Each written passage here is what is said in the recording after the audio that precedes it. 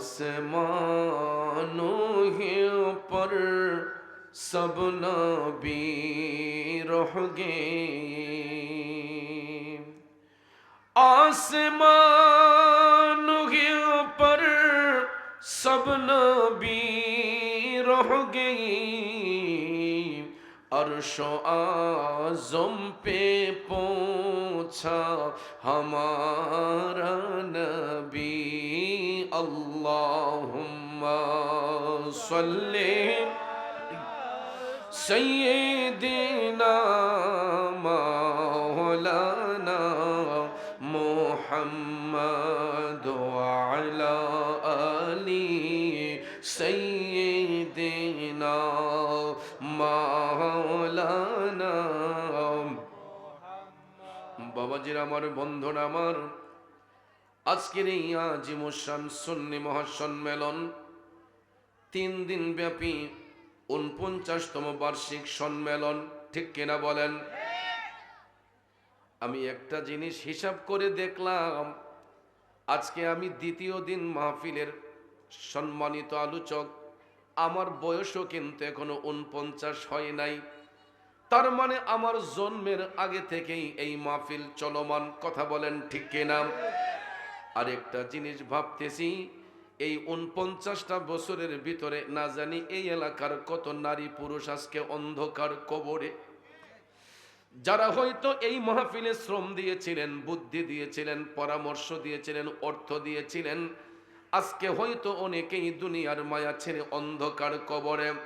বন্ধুরা আমার, কিন্তু একটা কথা শুনে রাখবেন, আমরা কবরবাসীকে দেখি না, কিন্তু তাদের রুহু আমাদেরকে দেখে। এই মাহফিল হওয়াতে শুধু আমরাই খুশি না, আজকে এলাকার কবরবাসী রুহু আরো বেশি বেশি খুশি, কথা বলেন ঠিক কিনা?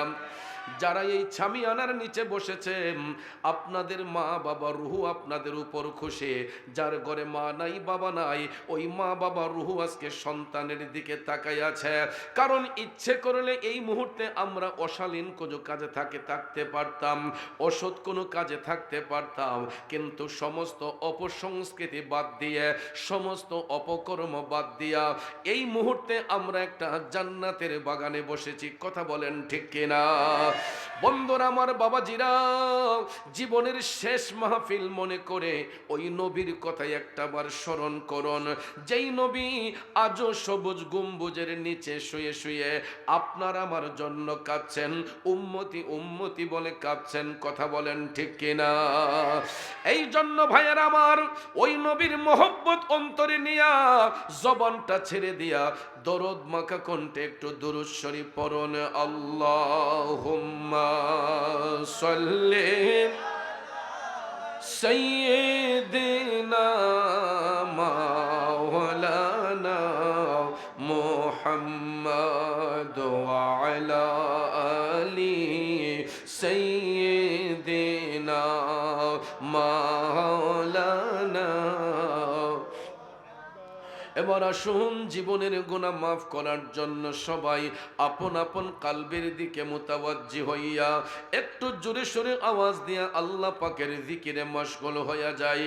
একটা জবানও বন্ধ রাখবেন না, জবানটা ছেড়ে দিয়া সবাই আমার সাথে পড়ুন, ইল্লাল্লাহু ইল্লাল্লাহ ইল্লাল্লাহু ইল্লাল্লাহ ইল্লাল্লাহু ইল্লাল্লাহ ইল্লাল্লাহু ইল্লাল্লাহ ইল্লাল্লাহু ইল্লাল্লাহ ইল্লাল্লাহ ইল্লাল্লাহ ইল্লাল্লাহু ইল্লাল্লাহ ইল্লাল্লাহু ইল্লাল্লাহ লা ইলাহা ইল্লাল্লাহ লা ইলাহা ইল্লাল্লাহ, পড়িয়ে লা ইলাহা ইল্লাল্লাহ লা ইলাহা ইল্লাল্লাহ, হাসবি রব্বি জাল্লাল্লাহ মা ফি قلبي غير الله حسبي ربي ما في قلبي غير الله نور محمد صلى الله لا إله إلا الله إلا الله إلا الله إلا الله إلا الله إلا الله إلا الله إلا الله إلا الله لا إله إلا الله لا إله إلا الله لا إله لا إله কোন মকামে হে আল্লাহ দোনো জাহাঁ মে হে আল্লাহ কোন মকামে হে আল্লাহ দোনো জাহাঁ মে হে আল্লাহ जिस्म में जामी है अल्लाह पढ़िए ला इलाहा इल्लल्लाह इल्लल्लाह इल्लल्लाह इल्लल्लाह इल्लल्लाह इल्लल्लाह इल्लल्लाह इल्लल्लाह इल्लल्लाह ला इलाहा इल्लल्लाह ला इलाहा ला पढ़िए ला इलाहा इल्लल्लाह ला इलाहा कैल हो में वलियों का सैयद आबिद शाह का कैल हो में वलियों का मुर्शिद बहादुर शाह का मानत ये हम जब दिल से कहना इमाम रब्बानी का ला इलाहा इल्लल्लाह ला इलाहा इल्लल्लाह इल्लल्लाह इल्लल्लाह इल्लल्लाह इल्लल्लाह इल्लल्लाह इल्लल्लाह इल्लल्लाह इल्लल्लाह ला इलाहा इल्लल्लाह ला इलाहा ला इलाहा इल्लल्लाह मुहम्मदुर रसूलुल्लाह सल्लल्लाहु अलैहि वसल्लम একটা জবানও বন্ধ রাখবেন না জবান ছেড়ে উচ্চস্বরে বলুন আল্লাহু আকবার আর একটু মায়ার সুরে বলি ইয়া রাসূলুল্লাহ এ নবীর প্রেমিকেরা জবানটাকে উঁচু করে বলুন ইয়া ওয়ালি আল্লাহ বিসমিল্লাহির রহমানির রহিম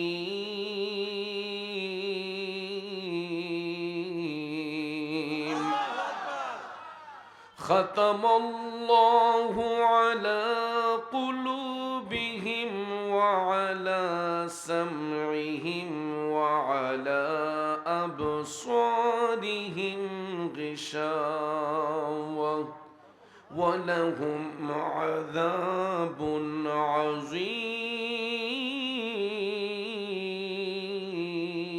عظيم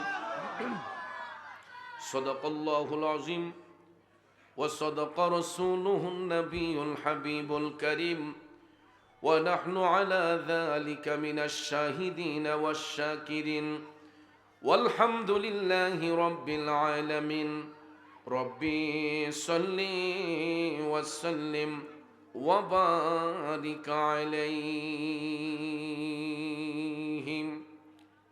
आजिले उनके पाना आज मदद मांग उनसे आजिले उनके पाना आज मदद मांग उनसे फिर न मांगे कि किया मत में अगर मानो गया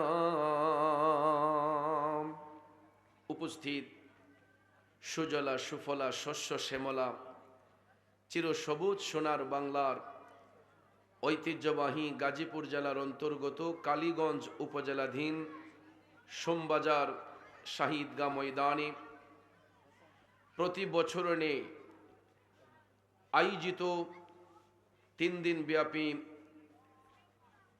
49তম বার্ষিক ঐতিহাসিক সুন্নি মহাসম্মেলন 2025 ইংরেজি সনের সম্মানিত সাহেবে সদরে মুকাররম আমাদের সকলের সুপরিচিত ইসলামিক ফ্রন্ট বাংলাদেশের মান্যবর চেয়ারম্যান, চাঁদপুর হাজীগঞ্জ ইমামে রব্বানী দরবার শরীফের বর্তমান সাজ্জাদানুসীন মুর্শিদে বরহক পীরে তরিকত রহনুমাই শরিয়ত হজরতুল হাজ আল্লামা সৈয়দ বাহাদুর শাহ মুজাদ্দিদি আল আবিদি মদ্দাজিল্লাহুল আলিম বারাকাল্লাহু ফি হায়াতিহি ওয়া ফি ইলমিহি, উচ্চ আওয়াজে বলে আল্লাহুম্মা আমিন। আলোচনা করেছেন এবং করবেন দেশ বিখ্যাত উলামায়ে কেরাম। বিশেষ করে পোস্টারে যাদের নাম এসেছে প্রত্যেকের নাম নেওয়াটা বিশেষ প্রয়োজন। একাধিক নাম থাকার কারণে সবার নাম উল্লেখ করতে না পারলেও শ্রেণীভেদে সকলের প্রতি আন্তরিক স্নেহ শ্রদ্ধা ভালোবাসা রইল।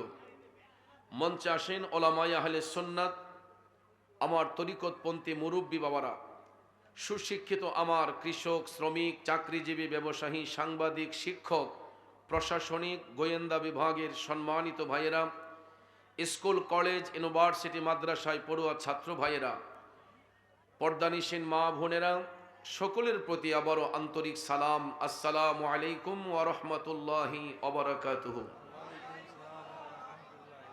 রব্বুল ইজ্জতের আলিশান দরবারে লাখো কোটি শুকর গুজার করার পর প্রিয় নবী সরকারে দো আলম নূরে মুজাসসম মুহাম্মদুর রাসূলুল্লাহ সাল্লাল্লাহু তাআলা আলাইহি ওয়াসাল্লামার শানে নাতে মুস্তাফা দুরুদে মুস্তাফা সাল্লাল্লাহু আলাইহি ওয়াসাল্লাম পরিবেশন করে আপনাদের খেদমতে মহাগ্রন্থ আল কোরআনুল কারীমের সর্ববৃহৎ সূরা সূরাতুল বাকারার প্রথম পারার প্রথম রুকুর 7 নম্বর আয়াতে পাক তেলাওয়াত করেছি। খুব অল্প সময়ে আয়াতে পাকের মূল অর্থ, তাফসিরের ভাষায় কিছু আলোচনা এসেছে, এইগুলো উপস্থাপন করে মিলাদ শরীফ হবে, জিকিরের তালিম হবে, পরিশেষে পীর সাহেব হুজুর নসিহতপূর্ণ বয়ানের মাধ্যমে দ্বিতীয় দিনের মতো মাহফিল সমাপ্তি করবেন। আবার আল্লাহ পাক যেন আগামী কালকের মাহফিলকেও কবুল করেন, আমরা যেন শেষ মোনাজাত পর্যন্ত থাকতে পারি, সেই তৌফিক যেন আল্লাহ পাক দান করেন, আমরা সকলে বলি আমিন। প্রিয় ভাইয়ের আমার, জগৎ সৃষ্টির পরে আল্লাহ সুবহানাহু ওয়া তাআলা আপন পরিচয় দেওয়ার জন্য যুগে যুগে বহু নবী রাসূল আল্লাহ তাআলা প্রেরণ করেছেন, ঠিক কিনা? একমাত্র আমাদের নবী ছাড়া অন্য যত নবী রাসূলকে আল্লাহ তাআলা পৃথিবীতে পাঠিয়েছেন তাদেরকে কিন্তু সারা জাহানের জন্য পাঠানো হয় নাই। নির্দিষ্ট করে এক একজন নবীকে এক একটা কওমের মধ্যে আল্লাহ পাঠিয়েছেন। তবে আমরা এত ভাগ্যবান যে আমরা এমন একজন নবীর উম্মত, আমাদের নবী ইচ্ছে করে দুনিয়াতে আসেনও নাই, আসার কোনো প্রয়োজনও ছিল না।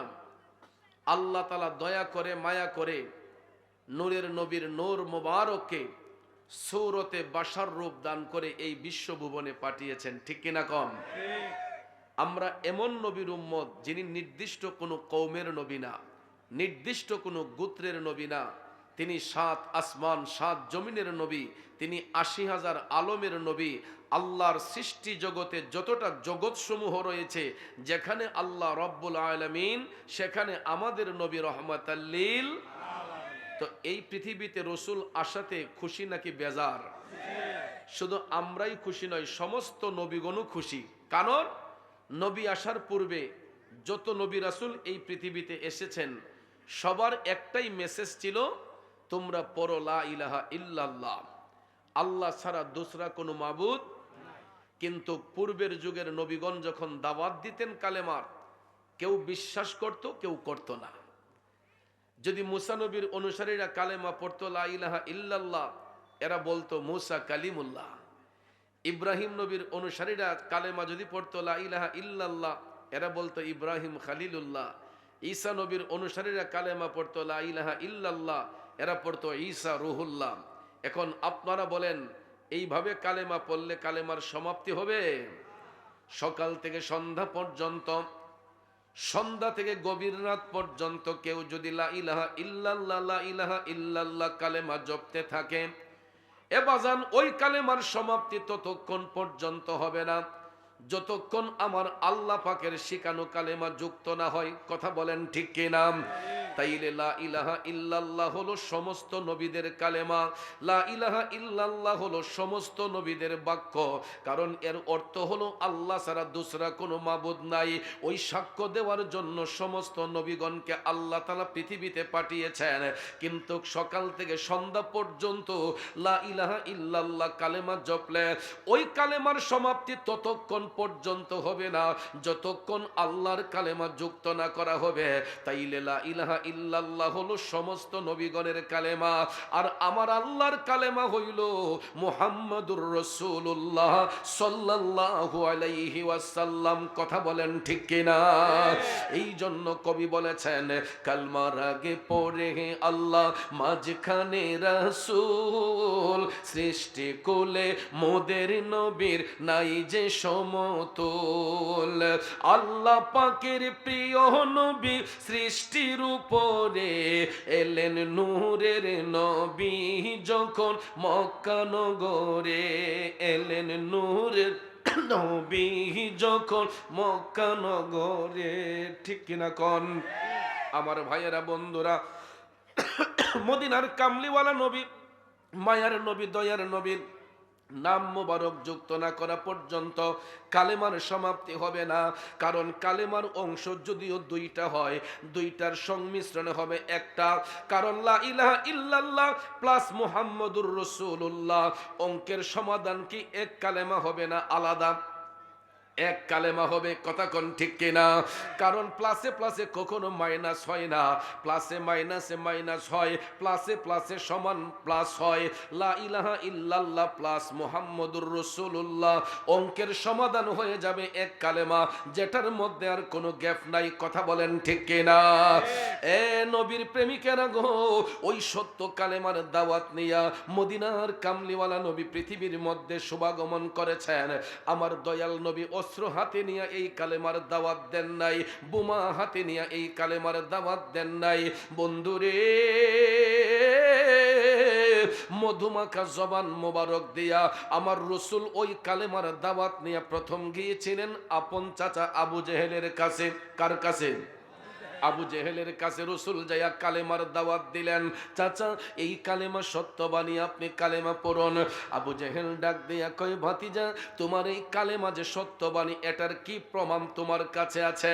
মুচকি মুচকি হাসি দিয়া আমার নবী কামলিওয়ালা বললেন, চাচা, এই কালেমা যে সত্যবাণী, কোন প্রমাণটা আপনার দরকার?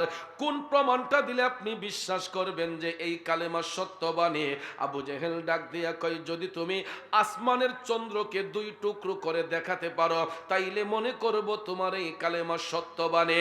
এখন আপনারা বলুন, আমার নবী দেখাতে পারবে কি পারবে না? আবু জেহেল ने भी कहा चाँद दो टुकड़े करे। আবু জেহেল বলল, আকাশের চন্দ্র দু টুকরো করে দেখাও। মুচকি হেসে আমার নবী বললেন, চাচা, চাঁদ দু টুকরো হলেই কি আপনি কালেমা পড়বেন? আবু জেহেল কয়, আগে দেখাও। আপনারা বলেন, নবী পারবেন কি পারবেন না? এ বন্ধু, এখনো সেই স্মৃতিটা হাজী সাহেবদের চোখের সামনে দৃশ্যমান। যদি মক্কা শরীফে যাওয়া হয়, আমার রসুল যেই বাড়িতে শুভাগমন করেছিলেন, এখান থেকে আরেকটু সামনে হাইটা দেখবেন, জাবালে আবু কুবাইস একটা পাহাড় ছিল বাজার। ওই পাহাড়ের মধ্যে রসুল যেখানে দাঁড়িয়েছিলেন, আমার নবীজির পাও মুবারকের ছাপটা এখনো আছে, যেখানে দাঁড়িয়ে রসুল আসমানের চন্দ্রকে দুটুকরো করেছিলেন।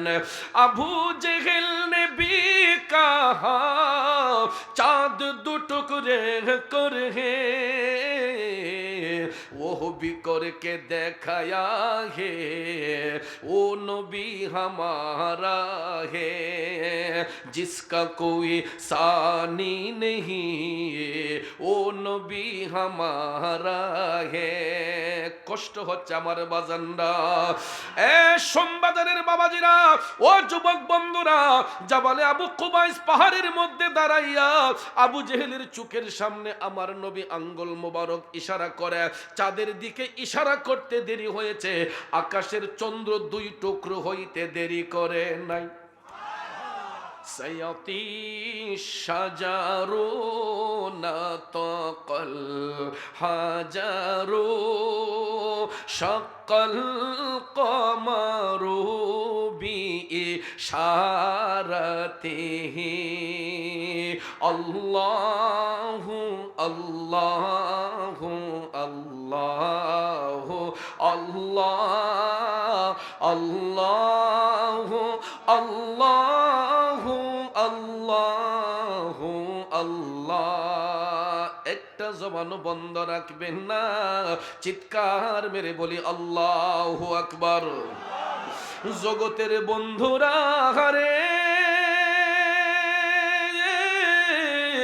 ও সোমবাজারের বাবাজিরা, আমার মা বোনরা যারা শুনছেন গো, দয়াল নবী হাত মুবারক উঠাইয়া আঙ্গুল মুবারক দিয়া ইশারা করতে দেরি হয়েছে, চাঁদ দু টুকরো হইতে দেরি করে নাই। নবী আমার মুচকি হেসে আবু জেহেলকে বললেন, চাচা এবার দেখলেন তো চন্দ্র দু টুকরো হয়েছে, বলুন না কালেমা পড়বেন নে। বেঈমান আবু জেহেল আমার নবীর অন্তর মুবারকে কষ্ট দিয়া তখন বলল, ভাতিজা তুমি আর কত জাদুগিরি করবা? আরো জোরে কন্যা উজুবিল্লাহ। আবু জেহেলের চোখের সামনে জ্বলন্ত মুজেজা মুবারক প্রকাশ হইল, তারপর আমার নবীর মুজেজা মুবারককে বিশ্বাস না করে বেঈমান আবু জেহেল কয় আমার নবী নাকি জাদুকর। আপনারা কি মনে করেন রসুল জাদুঘর? এই বেঈমান আবু জেহেল আমার নবীর অন্তর মুবারকে যখন কষ্ট দিছে, দয়াল নবীর চোখের পানি মুবারক টপ টপ করে ঝরতে লাগলো। আমার আল্লাহ তাআলা কুদরতের নজর দিয়ে দেখতেছে হাবিবের চোখের পানি মুবারক টপ টপ করে পড়তেছে। আমার আল্লাহ ডাক দিয়া কয়, জিবরাইল, ও জিবরাইল তাকাইয়া দেখো রে, আবু জেহেল আমার বন্ধু নবী মুস্তাফার অন্তর মুবারককে কষ্ট দিয়া দিছে। আল্লাহ তাআলা কয়, ও জিবরাইল আমার বন্ধু নবী মুস্তাফার সামান্যতম কষ্ট আমি আল্লাহ সহ্য করতে পারি না। যাও জিবরাইল যাও, ওহী নিয়ে আমার বন্ধুর নিকট হাজির হইয়া যাও, আবু জেহেলের দাঁত ভাঙার জবাব দিয়ে আসো। সাথে সাথে জিবরাইল আলাইহিস সালাম ওহী নিয়ে আমার নবীর কদম মুবারকে হাজির হইয়া গেলেন। আমার আল্লাহ তাআলা ঘোষণা করলেন, বিসমিল্লাহির রহমানির রহিম, খাতামাল্লাহু আলা কুলুবিহিম ওয়া আলা সামইহিম ওয়া আলা আবসারিহিম গিশাওয়া। উচ্চস্বরে বলুন ঘোষণাটা কার? আল্লাহ তাআলা বলেন, খাতামাল্লাহ, আমি আল্লাহ মোহর মেরে দিয়েছি, শিল মেরে দিয়েছে। শুধু আবু জেহেল নয়, কিয়ামত পর্যন্ত আবু জেহেল মার্কা যত মুনাফিক থাকবে, এই কারণে আল্লাহ বলেন আলা কুলুবিহিম, সমস্ত মুনাফিকদের অন্তরে, ওয়া আলা সামিহিম, তাদের কর্ণসমূহের মধ্যে, ওয়া আলা আবসারিহিম গিশাওয়া, এবং তাদের দৃষ্টি শক্তির মধ্যে। এ নবীর প্রেমিকেরা, আমার আল্লাহ কয় আবু জেহেল মার্কা যত মুনাফিক বেঈমান থাকবে, এরা সত্য জিনিসটা চোখ দিয়া দেখবে, কান দিয়া শুনবে, এরপরও অন্তর দিয়া স্বীকার করবে না। এই জন্য আমার আল্লাহ ঘোষণা করেন, ওয়ালাহুম আযাবুন আযীম।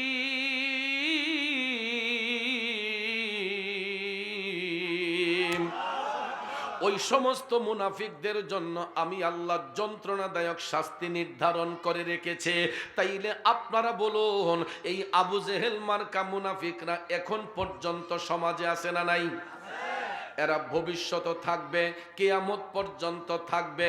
এই জন্য ভাইয়ের আমার, দয়াল নবীর সাথে যারা প্রতারণা করে, বেঈমানি করে, এরা মুনাফিক হয়। আর মুনাফিকের চরিত্র সম্পর্কে আমার রাসূল বলেছেন, মুনাফিক বেঈমানরা কাফেরের চেয়েও খারাপ। কাফের মুশরিকরা তো জেনে বুঝেই কাফের মুশরিক, এরা বেদিন।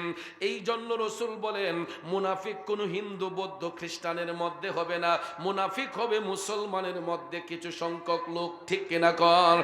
এই জন্য বাজান, সব মুসলমান সমান নয়, মুসলমান দুই ভাগে বিভক্ত। কিছু কিছু মুসলমান হবে মুমিন, কিছু কিছু মুসলমান হবে মুনাফিক। ঠিক কিনা কর? এই কারণে কবি বলেছেন, বিয়াদবে রাসূল যারা নবীর দেখা পাবে না, গোলামে রাসূল হইবে যারা, নবীজি তাদের ভুলবেন না। কথা বলেন ঠিক কিনা? আপনারা বলতে পারেন, চৌধুরী সাহেব সারা জীবন দিয়ে শুনলাম আশেকে রাসূল হইবে যারা, নবী তাদের ভুলবেন না। আপনি দি গোলামে রাসূল বললেন, এটা কেন বললেন? এই জন্য বলেছি আমার বাজানরা, আশেকে রাসূল এটা অনেক উপরের দরজার লকব।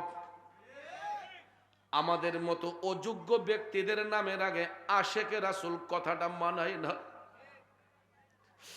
আমাদের নামের আগে অযোগ্য, আমরা অযোগ্য ব্যক্তিদের নামের আগে আশেকে রাসূল কথাটা মানায় না। কারণ নবীজি তো এখনো আমাদেরকে গোলাম বলেই স্বীকার করেন নাই। কথা বলেন ঠিক কিনা? এই যে এতটা বছর পার করলাম, টাইমে সালাত আদায় করেন, আল্লাহু আকবার কন। শুধু আমাদের নবী নয়, সমস্ত নবীগণ জিন্দা আপন আপন রওজা শরীফের মধ্যে। ঠিক কিনা কন? এ বন্ধুরা আমার, বাবাজিরা, এই জন্য আমার রাসূল বলতেছেন, মান যারা কবরি ওয়াজাবাত লাহু শাফাতিহি, যারা আমি রাসূলের রওজা জিয়ারত করে, তাদের জন্য শাফাআত করা আমার জন্য ওয়াজিব হয়ে যায়। কথা বলেন ঠিক কিনা? নবীর প্রেমিকেরা গভীর মনোযোগ, ওই দিকে চলে গেলে কথা লম্বা হয়ে যাবে, মূল কথা বলতে পারবো না। আসুন মূল কথায় চলে যাই। আমার নবী হায়াতুন নবী, জিন্দা নবী, এটাই হলো আমাদের ঈমান। ঠিক কিনা কম? এবার ময়ান নবীর বিশাল মুবারকের পরে হযরতে ওমর, হযরতে মাওলা আলী নবীজির জিয়ারত শেষ করিয়া ওসিয়ত পালনের জন্য জুব্বা মুবারক খানা হাতে লইলেন। তারা দুইজন সফরের উদ্দেশ্যে রওনা হইলেন ইয়ামেন দেশে। কোন দেশে? ইয়ামেন দেশের উদ্দেশ্যে রওনা হয়ে গেলেন। যাইতে যাইতে যাইতে যাইতে তারা যখন ইয়ামেন দেশের মধ্যে গিয়ে উপস্থিত হইলেন, এখন বাজান ইয়ামেন তো হলো প্রদেশের নাম, ছোট্ট একটা এলাকার নাম করন। এই করন দেশের ঠিকানার পাচ্ছেন না, অনেকেই চিনে না। যেমন কালীগঞ্জ একটা উপজেলা, এই কালীগঞ্জ উপজেলার অধীনে এমনও গ্রাম আছে কালীগঞ্জে বাস করে আপনারা চিনেন না, আসেনি? অথচ দেখেন কালীগঞ্জ এই উপজেলার অধীনে আপনারা বাস করতেছেন, একই উপজেলায় বাস করে আমরা অনেকেই অনেক গ্রামের নাম আমাদের অজানা। তো ইয়ামেন হলো একটা প্রদেশের নাম, ওই প্রদেশের অন্তরালে ছোট্ট একটা এলাকার নাম হচ্ছে করন। এই করন দেশটা অনেকেই চিনে না। গভীর মনোযোগ। তখন তো গুগল সফটওয়্যার ছিল না যে লোকেশন দিয়া আমরা চলে যাব, লোকেশন দিয়া চলে যাব। বন্ধুরা আমার, বাবাজিরা, বর্তমানে বিজ্ঞান যত ডেভেলপ হয়েছে, তখনকার সময় কিন্তু এইরকম তথ্য প্রযুক্তি ছিল না। হযরত ওমর প্রতিদিন এক একটা মাজলিসের মধ্যে বৈশা আলোচনা করে বলতেন, কেউ করন দেশ চিনেননি, কেউ চিনে না। হঠাৎ একদিন দেখা যায় গো, ইয়ামেন দেশে বড় একটা মাজলিস, এই মাজলিসের মধ্যে অনেক লোক সমাগম। হঠাৎ করে হযরত আলী ডাক দিয়া বললেন, ও মাজলিসের ভাইয়েরা, এখানে করন দেশের কোনো লোক আসেননি? হঠাৎ করে দেখা যায় আল্লাহর রহমতে 2-4 জন লোক হাত উঠায় কয়, হুজুর, আমরা করন দেশ থেকে এখানে বাণিজ্য করতে এসেছি। এটা বলার সঙ্গে সঙ্গে হযরত ওমর তাদেরকে কাছে আসতে বললেন। এরা যখন নিকটে আসলো, হযরত ওমর তাদেরকে বললেন, আচ্ছা ভাই, আপনাদেরকে ডাকার কারণ হলো, বলেন তো আপনাদের করন দেশে ওয়াইস নামে কোনো লোক বাস করেনি? এরা কয়, না হুজুর, এই নামের তো কোনো লোক আমাদের সমাজে বাস করে না। হযরত আলী ডাক দিয়া বললেন, আচ্ছা এই নামের কাউকে আপনাদের এলাকার মধ্যে চিনেননি? তখন লোকেরা ডাক দিয়া কয়, হুজুর ওই নামের কোন লোক আমাদের সমাজে বাস করে না, তবে ওই নামের একটা পাগলা আছে আমাদের এলাকার মধ্যে হুজুর। প্রায় সময় দেখি একটা গাইড কান্দে লইয়া আমাদের এলাকায় নির্জন একটা জঙ্গল আছে, জঙ্গলের ভিতরে আসা যাওয়া করে। সুবহানাল্লাহ। টপ টপ করে চোখের পানি ছেড়ে হযরত উমর বললেন, ও মাজলিসের বাইরা রে, ও করণ দেশের বাইরা, আমরা ওই পাগলটাকেই খুঁজতেছি, ওই পাগলের সন্ধানে আমরা যেতে চাই। লোকেরা ডাক দিয়ে কই, হুজুর এত লোকের ভিড়ে পাগলারে খুঁজেন কেন?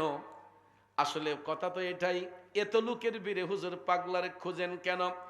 এ বন্ধু, মুরব্বীর একটা কথা বলে, মানিকে মানিক চিনে রতনে রতন, ঠিক কিনা? আপনার এই সোমবাজারের মধ্যেও এমন পাগল আছে আমার আপনার চোখের সামন দিয়া হাঁটতাছে, আমরা তাকে অবজ্ঞা করি, নিন্দা করি, কিন্তু যায়া দেখেন আমরা হয়তো তার নিন্দা করতে পারি, ওই সোমবাজারের পাগলাটাও গিয়া দেখেন আমার মৌলার সাথে প্রেমের কালেকশন ফিট করে রাখছে। কথা বলেন, আমার আপনার চোখের সামন দিয়া যাচ্ছে, কিন্তু আমরা তাকে চিনতে পারি না, যেমনটা চিনে নাই সেই করণ দেশের ভাইয়েরা। কয় হুজুর ওই নামের একটা পাগলা আছে, প্রায় সময় দেখি একটা গাইড কান্দে লইয়া জঙ্গলার ভিতরে আসা যাওয়া করে। হযরতে ওমর আবেগপ্লুত হইয়া বলতেছেন, ওই পাগলার সন্ধানে আমাদেরকে একটু নিয়ে যাবেন নে? তখন লোকেরা কয়, হুজুর আমরা নিয়ে যেতে পারি, কিন্তু আমরা জঙ্গলার ভিতরে যেতে পারবো না। কেন? কয় হুজুর জঙ্গলার ভিতরে হিংস্র প্রাণী থাকে, জঙ্গলার ভিতরে হিংস্র প্রাণী থাকে, এই ভয়ে আমাদের এলাকার কেউ জঙ্গলার ভিতরে যায় না। কিন্তু বাজান, যারা আল্লাহর বন্ধু হইয়া যায় এদেরকে জঙ্গলার বাঘেও খায় না, ঠিক কিনা বলেন? গভীর মনোযোগ।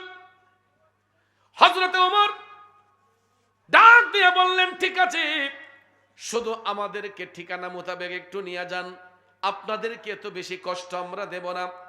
সত্যি সত্যি ভাইয়ের আমার, ওই রাতটা চলে যাবার পরে পরের দিন হযরতে ওমর মৌলা আলীকে সাথে নিয়ে এই করণ দেশের বাইদের সঙ্গে তারা যাত্রা শুরু করলেন। যাইতে যাইতে যাইতে যাইতে গো, তারা যখন করণ দেশে গিয়া উপস্থিত হইলেন, এবার হাইটা চলে গেলেন জঙ্গলার কাছে। লোকেরা ডাক দিয়ে কই, হুজুর এই জঙ্গলার ভিতরে পাগলা থাকে, আমাদেরকে বিদায় দেন। হযরতে উমর বললেন, ধন্যবাদ আপনাদেরকে, ঠিক আছে এখন গেলে পাওয়া যাবে না। লোকেরা বলতেছে, হুজুর এই টাইমেই পাগলা জঙ্গলার ভিতরে আসা যাওয়া করে। তখন করণ দেশের বাইদেরকে বিদায় দিয়া হযরতে উমর মৌলা আলী তারা দুইজন মিলিয়া জঙ্গলার ভিতরে ঢুকলেন।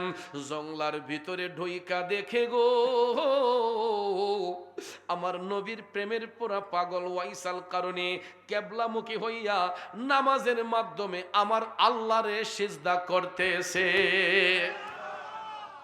এই জন্য কবি বলেন, নামাজ পড়ো রে গহিনে ডুবিয়া নামাজ পড়ো, ওরে পঞ্চ আত্মা মুক্তা দিয়া জ্ঞানী মান সাজাইও রে গহিনে ডুবিয়া নামাজ পড়ো, ঠিক কিনা কন? বাজান আমার বন্ধুরা আমার, নামাজ শুধু পড়লেই হবে না, যদি নামাজটা নামাজের মতো না হয়, ঠিক কিনা কন? নামাজ পড়লাম সুদ খাইলাম, নামাজ পড়লাম ঘুষ খাইলাম, নামাজ পড়লাম বেবিচারি করলাম, নামাজ পড়লাম মায়ের দিলে আঘাত দিলাম, নামাজ পড়লাম আরেক ভাইকে ঠকাইলাম, নামাজ পড়লাম অন্যের হক নষ্ট করলাম, ওই নামাজ দিয়া কি আত্মার মধ্যে শান্তি আসবো? আমাদের সমাজের মধ্যে নামাজির অভাব নাই, কিন্তু সত্যিকারের নামাজির অভাব আছে, ঠিক কিনা কম? কি আর বলবো, দুঃখের কথা। দেখবেন কিছু কিছু এলাকার মধ্যে আমার মুরব্বী চাচারাও ফজরের নামাজ পড়া গাইটা দহন করছে। গাইটা দহন করে যখন দেখছে দুধটা ঘন, ঠাস কইরা বাজারে নেওয়ার আগে আদাসের পানি মিশাই লিছে। এরপরে হাজির রুমালটা মাথা দিয়া বালতি নিয়ে বাজারে যায় আর জিকির করে সুবহানাল্লাহ আলহামদুলিল্লাহ, ঠিক না বেঠি? এই দিকটা কিন্তু পানি মিশাই দিছে, ঠিক কিনা কন? বাজারে যখন নিল, দুধ যখন মিটার দিয়ে যখন চেক দেওয়া হয়, দেখা যায় দুধের মধ্যে পানি মিশানো। এমন চেক করা হয় না? বাজারে যারা দুধ বিক্রি করে মাঝে মধ্যে মিটার নিয়ে অনেকে যায়, যাওয়ার পরে যখন দেখে দুধের মধ্যে ভেজাল পানি মিশানো, এই দুধ আবার ওই ভদ্রলোকের মাথায় ঢেলে দেয়। কথা বলে? তাইলে চিন্তা করেন, আল্লাহ তাআলা বলেছেন ইন্নাস সালাতা তানহা আনিল ফাহশাই ওয়াল মুনকার, নামাজ আল্লাহর বান্দাদেরকে অশ্লীল কাজ থেকে, খারাপ কাজ থেকে মুক্ত করে আনে। কিন্তু দেখা যায় চাচা নামাজ পড়া আরো অশ্লীল কাজে যুক্ত হয়ে গেছে। শুধু 40 টাকা 50 টাকা লাভের জন্য আরেক ভদ্রলোকের দিলের মধ্যে আঘাত দিছে, আরেক মানুষের মনের মধ্যে কষ্ট দিছে। ঠিক কিনা কম? এই জন্য কবি বলেন, আরে মন ভাঙ্গে না মসজিদ ভাঙ্গে, ভাঙ্গে আমার আল্লাহর ঘর, ভাঙ্গে আমার আল্লাহর ঘর, মন মন্দিরে আল্লাহর বাড়ি, ব্যথা দিস না তার ভিতর। ঠিক কিনা বলেন? এ ভাইয়ের আমার, বন্ধুরা আমার, বান্দার মনে কষ্ট দিলে ওই বান্দা যতক্ষণ মাফ না দিব, সারাদিন নামাজ পড়লেও কোনো কাজ হবে না। যদি বান্দার হক কেউ নষ্ট করে, ওই বান্দা যতক্ষণ ক্ষমা না দিব, আমার আল্লাহ তারে ক্ষমা দিব না। কথা বলেন ঠিক কিনা? এই জন্য বন্ধুরে, বান্দা থেকে যারা আল্লাহর বন্ধু হয়, এরা কখনো মানুষের সঙ্গে প্রতারণা করে না, এরা কখনো মানুষকে দেখাইবার জন্য বন্দেগি করে না, এরা কখনো মানুষকে খুশি করার জন্য বন্দেগি করে না। এরা লুকালয়ের অন্তরালে নির্জনে যাইয়া আমার মৌলার সাথে গোপনে প্রেম করে। কথা কোন ঠিক কিনা? আল্লাহওয়ালা ব্যক্তি যারা হয়, বুজুর্গ ব্যক্তি যারা হয়, এরা দেখবেন মানুষকে দেখাইবার জন্য বন্দেগি করে না। এরা দেখবেন দুনিয়ার মানুষগুলা যখন ঘুমের ঘরে চলে যায়, নিশিরাতে দেখবেন নরম বিছানাটা ছেড়ে দিয়া আল্লাহর ওলিরা তাহাজ্জুদ নিয়ে ব্যস্ত হয়ে যায়, গোপন ইবাদতের মাধ্যমে মওলার সাথে প্রেমের কালেকশন ফিট করে। ঠিক কিনা কোন? ওয়াইসাল কারণে লুকালয়ের অন্তরালে জঙ্গলার ভিতরে যাইয়া কেবলামুখী হইয়া তিনি নামাজ আদায় করতেছেন। নামাজ আদায় শেষ কইরা যখন তিনি সালাম ফিরালেন, পিছন থেকে হযরতে উমর তাকে লক্ষ্য করে সালাম দিলেন, আসসালামু আলাইকুম ওয়া রাহমাতুল্লাহ। ওয়াইসাল কারণী চমকে গেলেন, কে রে এই জঙ্গলার ভিতরে আসলো? কোনো মানুষ ভয়ে ঢুকে না, কে ঢুকে আমাকে সালাম দিল? পিছন ফিরে তাকাইয়ে দেখে দুইজন নূরান্বিত চেহারার অধিকারী আল্লাহর মেহবুব বান্দা ওয়াইসাল কারণীকে লক্ষ্য করে সালাম দিয়েছে। তখন ওয়াইসাল কারণী সালামের জবাব দিলেন, ওয়া আলাইকুমুস সালাম ওয়া রাহমাতুল্লাহি ওয়া বারাকাতুহু। উভয়ের মধ্যে যখন সালাম নিবেদন হয়ে গেল, এবার কুশল বিনিময় করার জন্য হযরতে উমর মওলা আলী তারা দুইজন পাগলার কাছে গেলেন, যাইয়া বলতেছেন, ভাই কিছু মনে না করলে আপনার নামটা একটু জানতে পারি? তখন পাগলা কয়, আমার নাম, আমি আল্লাহর বান্দা। জিজ্ঞাসা করছেন নাম, কয় আমি আল্লাহর বান্দা। হযরত উমর বললেন, আমরা তো আল্লাহর বান্দা, বলুন না আপনার নামটা কি? তখন ওয়াইসাল কারণী কয়, আমি এমন একজন নবীর উম্মত যিনি রাহমাতাল লিল আলামিন। সুবহানাল্লাহ। হযরতে উমর বলতেছেন, ভাই আমরাও তো ওই নবীর উম্মত, বলো না তোমার নামটা কি? বলতে চাই না। হঠাৎ করে হযরত আলী দেখতে পান আমার নবী মদিনা শরীফ থেকে বলে দিয়েছিলেন ভবিষ্যৎবাণী যে আমার পাগলা এত সহজে নাম পরিচয় বলবে না, কিন্তু তার ডান হাতটা মুঠ করা থাকবে। সত্যি সত্যি দেখা যায় ওয়াইসাল কারণীর ডান হাতটা মুঠ করা। মওলা আলী সঙ্গে সঙ্গে হাতে ধরে বললেন, পাগলা আর লুকোচুরি করা যাবে না, তোমার নামই হলো ওয়াইস। এই কথা বলতে ওয়াইসাল কারণী চমকে গেল। আপনি জানেন কেমনে? কয় তোমার হাতটা খুলো। হাতটা খোলার সঙ্গে সঙ্গে দেখা যায় আমার মদিনার কামলিওয়ালা নবী যেই সাদা চিহ্নের কথা বলেছিলেন, সত্যি সত্যি ওই সাদা চিহ্নটা পাগল ওয়াইস করণীর হাতের মধ্যে দেখা যায়। ওরে কে বলে রে আমার নবী গায়েব জানে না, এলেমের শহর গো নবী শাহে মদিনা। ঠিক কিনা কোন? কোরআন হাদিস পড়লেই শুধু আলেম তো হয় না, নবীর প্রেমে মজনু যারা তারাই মাওলানা। ঠিক না বেঠে? ভাইরে নবীর ইশকের পাগল যিনি,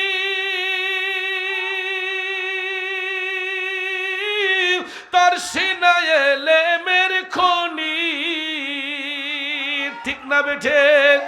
আরে নবীর ইশকের পাগল যিনি, তার সিনায় এলেমের খনি, আরে ঘরে বসে দেখতে পারে সোনার মদিনা, এলেমের শহর গো নবী শাহে মদিনা, এলেমের শহর গো নবী। বন্ধু, আমরা কেমন নবীর উম্মত, এই ঘটনা থেকে আমার নবী যে গায়েবের খবর দেনেওয়ালা, এটারও একটা প্রমাণ আমরা পেয়ে গেলাম, ঠিক কিনা কম?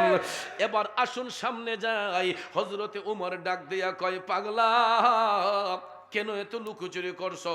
জানোনি আমরা কোন জায়গা থেকে আসছি? আমরা মদিনা শরীফ থেকে দয়াল নবীর পক্ষ হতে তোমার কাছে এসেছি। এই কথা বলতে না বলতেই ওয়াইসাল কারণে নবীর কথা শোনার সাথে সাথেই চোখের পানি ছেড়ে কান্না শুরু করে দিল। হযরত ওমর ডাক দিয়ে বলতেছে, পাগলা তুমি কাঁদো না, তুমি নবীর সালাম গ্রহণ করো, রাসূল তোমাকে সালাম দিয়েছেন। আমার দয়াল নবী বলেছেন নবীর উম্মতের জন্য একটু দোয়া করার জন্য। এ ওয়াইসাল কারণে তুমি এতই ভাগ্যবান, আমরা নবীর গোলামি কইরা যেটা অর্জন করতে পারি নাই, এই নির্জন জঙ্গলার মধ্যে থাইকা তুমি সেটা অর্জন করেছো। ওয়াজকুরুনি রে, আমরা নবীর গোলামি কইরা যেটা অর্জন করতে পারি নাই, তুমি এই নির্জন জঙ্গলা থেকে প্রেমের কালেকশন ফিট কইরা সেটা করেছো। এই নে ওয়াজকুরুনি, আমার নবীজির ব্যবহৃত জুব্বা মুবারক দয়াল নবী এটা তোমার জন্য হাদিয়া হিসেবে পাঠাইছে, সুবহানাল্লাহ, এটা তুমি গ্রহণ করো। ওয়াইসাল কারণী নবীর জুব্বাখানা গ্রহণ করলেন, হাতে নিয়া ওয়াইসাল কারণী টপ টপ করে চোখের পানি ছাইরা কান্দে। হযরত আলী ডাক দিয়া কয়, পাগলা আজকে তো তোমার কান্নার দিন নয়, আজকে তোমার ঈদের দিন, আনন্দের দিন, ঠিক না বেঠিক? আসলেই তো কথা ঠিক, কিন্তু ভাই সব কান্না এক ধরনের নয়, কান্নাও কিন্তু দুই ধরনের, একটা কষ্টের কান্না, একটা আনন্দের কান্না, ঠিক না? দেখবেন ছেলে মেয়ে যদি গোল্ডেন এ প্লাস পায়, মনের খুশিতে মা বাবাও কান্দে, বাচ্চাও কান্দে। আইসা হাসি মুখে বলতে গিয়া চোখ দিয়ে পানি আসে, আব্বা আমি এ প্লাস পাইছি, আম্মা আমি এ প্লাস পাইছি। তখন দেখবেন মনের খুশিতে বাবাও কান্দে, ছেলেও কান্দে, মেয়েও কান্দে, কথা কোন ঠিক কিনা? এটা হলো পরিশ্রমের ফসল। তো ওয়াইসাল কারণী যে আমার নবীর সঙ্গে প্রেমের খেলা খেলছেন, নবীজিকে তাজিম করেন, এই ভালোবাসার সার্থকতা হলো নবীজির পক্ষ থেকে জুব্বা এসেছে, মনের খুশিতে টপ টপ করে চোখের পানি পড়তেছে। হযরত উমর বললেন, পাগলা আজকে তোমার কান্নার দিন নয়, আজকে তোমার ঈদের দিন। এ ওয়াইসাল কারণী, নবীজি এই জুব্বা গায়ে দেওয়ার পরে আজও পর্যন্ত এটা কারো গায়ে জড়ানো হয় নাই, একটু এই জুব্বা মুবারকখানা গায়ে দিয়ে আমাদেরকে দেখাও না, আমরা দেখতে চাই নবীজির দেওয়া জুব্বা মুবারকে তোমারে পয়রা কেমন মানায়। সুবহানাল্লাহ, সুবহানাল্লাহ। ওয়াজকুরুনি, একটু গায়ে দিয়ে আমাদেরকে দেখাও। ওয়াইসাল কারণী কয়, হুজুর যদি জুব্বা আমাকে পড়তে হয় একটু সময় দিতে হবে, আপনারা একটু ওয়েট করেন, আমি একটু জঙ্গলার ভিতরে গিয়া জুব্বাটা পরে আসি। তো হযরত উমর বললেন যে একটা কাপড় চেঞ্জ করতে তো আর বেশি সময় লাগে না। বললেন ঠিক আছে, আমরা অপেক্ষা করছি, তুমি তাড়াতাড়ি পরে এসো। তখন ওয়াইসাল কারণী জুব্বা নিয়ে জঙ্গলার ভিতরে গেলেন। তারা দুইজন অপেক্ষমান, অপেক্ষা করছেন। হঠাৎ করে দেখা যায় ওয়াইসাল কারণীর আর কোনো খবর নাই। খবর থাকবো কেমনে? ওয়াইসাল কারণী জুব্বা নিয়ে জঙ্গলার ভিতরে যাইয়া সেজদার মাঝে পইরা চোখের পানি ছাইরা কান্না কইরা আমার আল্লাহরে ডাকতাছে, আল্লাহ।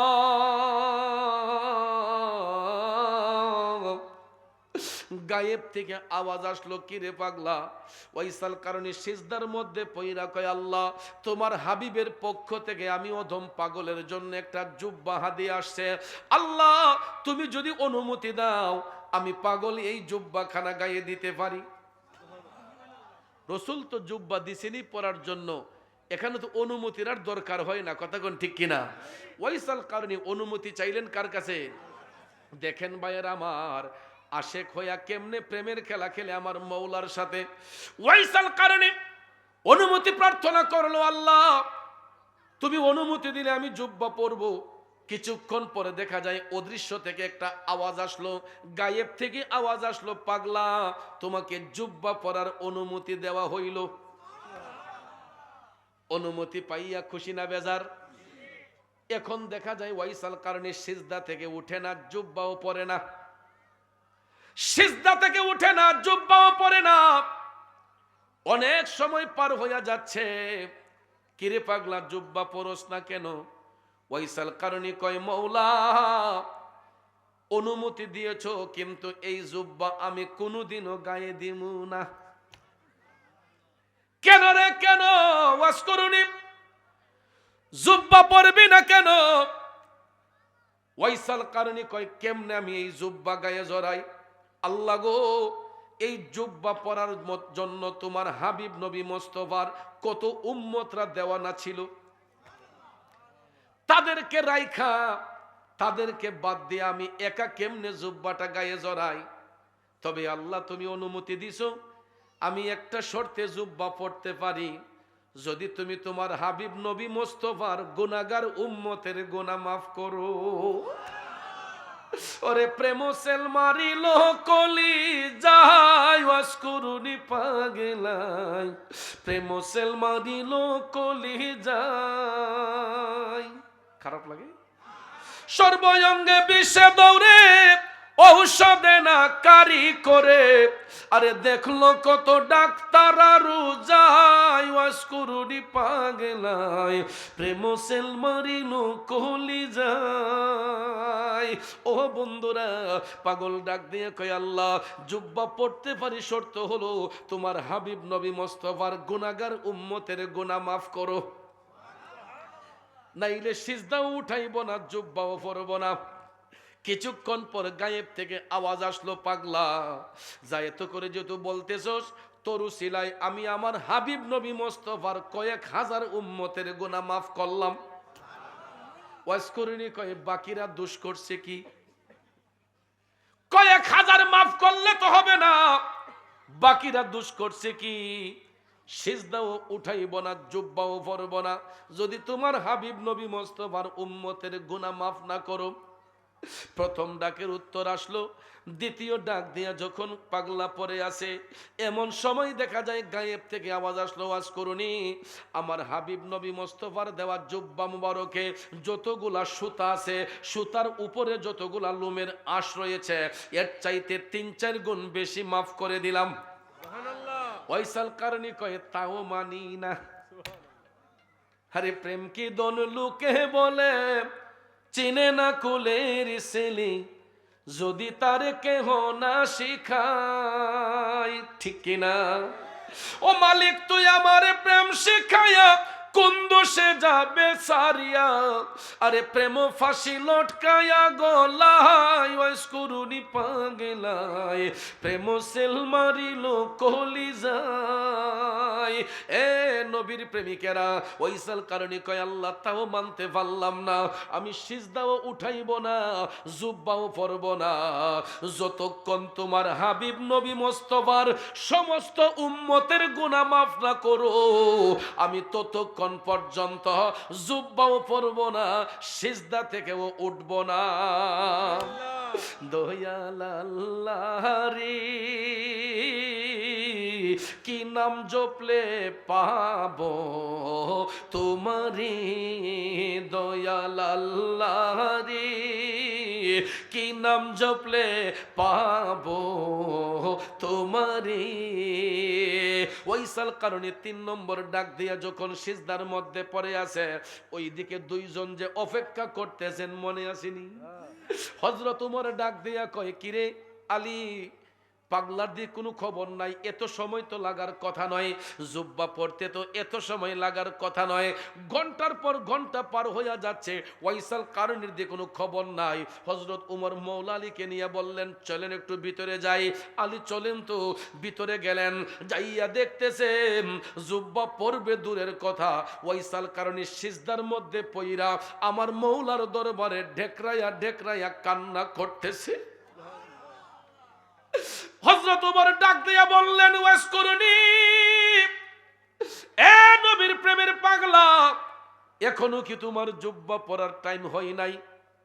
ডাকটা দেওয়াতেই ওয়াইসাল কারণে সিজদা থেকে উঠা পিছন ফিরে হযরতে উমর রাদিয়াল্লাহু তাআলা আনহুকে ডাক দিয়া কই, হুজুর এই মুহূর্তে আমার ডাকটা দেওয়া উচিত হয় নাই। কেন রে, ডাক দিলে কি হইছে? কই হুজুর যদি এইখন আমারে ডাক না দিতেন, এখন যদি আমারে ডাক না দিতেন, আমি আমার মৌলা পাকের সঙ্গে এমন একটা প্রেমের কালেকশন ফিট করছিলাম, আমি এই সুযোগে আমার নবীজির সমস্ত উম্মতের গুনাহ মাফ করাইয়া লইতাম। কিন্তু এটা কি সম্ভব? এটা সম্ভব না। কারণ আমার আল্লাহ যদি একসাথে সবাইরে মাফ কইরা দেয়, আমার আল্লাহর 99টি সিফতি নামের মধ্যে 3টা গুণবাচক নাম বাদ পড়ে যাবে। এই নামের আর কোনো পরিচয় থাকবে না। একটা হলো গাফফার, একটা হলো রাহমান, একটা হলো রাহিম। কথা কোন ঠিক কিনা? অর্থাৎ আল্লাহ যদি সবাইরে মাফ করে দেয় তাইলে তো চোখের পানির আর প্রয়োজন নাই। কথা কোন ঠিক না ঠিক? সবাইরে মাফ করে দিলে আর তো চোখের পানি দেওয়ার অ্যাপ্লিকেশন করার কোনো মানে হয় না। কথা কোন ঠিক কিনা? কিন্তু দেখবেন আমরা যত বড় আল্লাহওয়ালা হই, যত বড় বুজুর্গ হই, যত বড় পীর সাহেব হই, সব সময় গুনার জন্য অনুতপ্ত হইয়া আমার আল্লাহর দরবারে কাইন্দা জিকির করে গাফুরুর রাহিম নাম তোমার আল্লাহু আল্লাহু আল্লাহ রহমানুর রহিম তোমার আল্লাহু আল্লাহু। এ বন্ধু, গাফফার শব্দের অর্থ হলো ক্ষমাকারী, রাহমান শব্দের অর্থ রহমকারী, রাহিম শব্দের অর্থ দয়াকারী। ঠিক কিনা কম? বান্দা যখন গুনাহ করে আমার আল্লাহ রাহমান নামের গুণে রহম করে, রাহিম নামের গুণে দয়া করে, গাফফার নামের গুণে বান্দার গুনাহ ক্ষমা করে। এই জন্য একজন কবি বলেছেন, ওরে পাপ না করলে রহিম নামের হয় না পরিচয় ভবে, পাপ না করলে রহিম নামের হয় না পরিচয়। আরে বান্দা যদি গুনাহ নাই করে আল্লাহ মাফ করব কি দিয়া? এই জন্য আদম সন্তানরা আমরা কেউ নিজেকে নির্দোষ বলতে পারি না। চলার ক্ষেত্রে, ব্যবহারের ক্ষেত্রে আমার আপনার ভুল থাকবে, এটাই স্বাভাবিক। এই জন্য ভাইয়েরা আল্লাহ কইলা তাকনা তুমি রহমাতিল্লাহ, বান্দা তুমি পাহাড় পরিমাণ গুনাহ করো, সাগর পরিমাণ গুনাহ করো, আমি আল্লাহর রহমত থেকে তোমরা কখনো নিরাশ হইবা না। হাজারটা অপরাধ করার পরেও একবার যদি বান্দা আল্লাহরে আল্লাহ কইয়া ডাক দেয়, আল্লাহ কয় আমি তার হাজারটা অপরাধ ক্ষমা করে দেই আমারে একবার মজা কইরা ডাক দেওয়ার কারণে। এই জন্য বন্ধু আমার দয়াল নবী বলেছেন, হে উম্মতের দলেরা, তোমরা হাসবা কম, কানবা বেশি। হাসার পরিমাণ কম রাখবা, কান্নার পরিমাণ বেশি রাখবা। আল্লাহর ওলিদের জীবনী পড়ে দেখেন, তারা অট্টহাসি হাসতেন না, আল্লাহর ওলিগণ মুচকি হাসতেন, আর বেশি বেশি তারা চোখের পানি ছেড়ে কান্দা আমার মৌলার রাজি খুশি করতেন। ঠিক না ঠিক? এই জন্য ভাইয়ের আমার বান্দার চোখের পানি আমার আল্লাহর কাছে সবচেয়ে বেশি দামি। আমরা দেখবেন নদীর পাড়ে যাই ঢেউ উপভোগ করার জন্য, সমুদ্র সৈকতে যাই ঢেউকে উপভোগ করার জন্য। ঠিক কিনা? আর আমার আল্লাহর কাছে সবচেয়ে বেশি পছন্দ হয় আল্লাহর বান্দারা যখন চোখের পানি ছেড়ে কান্দে, আমার আল্লাহর রহমতের দরিয়ার মধ্যে ঢেউ খেলে। আল্লাহ কয় আমার কাছে এটা খুব বেশি পছন্দ হয় যখন আমার বান্দা চোখের পানি ছেড়ে কান্দে, আমি তখন আর বরদাস্ত করতে পারি না। আমি আমার হাবিব নবী মুস্তাফার উসিলায় লাওয়া জাদুল্লাহ তাওয়াবার রহিমা, আমার বান্দাদের তওবা কবুলকারী হয়ে যায়, তাদের উপর দয়াশীল হয়ে যায়। সুবহানাল্লাহ বলবেন না? বাবাজিরা আমার, বন্ধুরা আমার, আপনাদের কি কষ্ট হইতেছে? কারণ শ্রোতার আকর্ষণে বক্তার বক্তব্য, আর বক্তার বক্তব্য শ্রুতি মাধুর্য হয় সাউন্ডের কারণে। আলহামদুলিল্লাহ সাউন্ড মজবুত, কিন্তু শ্রোতাগুলো একটু এলোমেলো। যদি আমার ভাইরা একটু চাইপা চাইপা আমার সামনে বসতেন, আমার দেখতে খুব ভালো লাগতো। কারণ অনেক দূর থেকে আসছি তো, সিলেট থেকে আসছি, আইসা যদি আপনাদেরকে দেখি এত দূরে, তাইলে মহব্বতটা কেমনে থাকে? আমি তো সাহস হারিয়ে ফেলি। এই জন্য যারা সাইডে বসেছেন যদি দয়া কইরা একটু আমার সামনে বা পিছন দিকে আইসা বসতেন, তাইলে পরিবেশটা সুন্দর লাগতো। একটু পরে মুর্শিদ কেবলা আসবেন, মুর্শিদ কেবলা আইসা যদি দেখে যে এলোমেলো, মুর্শিদ কেবলার মনে একটু কষ্ট হবে। এই জন্য সবাই একটু চাইপা পিছন দিকে বসেন মেহেরবানি করে, আর একটু চাইপা চাইপা বসেন। আপনারা পারলে একটু আগায় যান, না হলে ওই জায়গাটা একটু পূরণ করে বসেন। একটু দুরূদ শরীফ পড়েন, আল্লাহুম্মা সাল্লি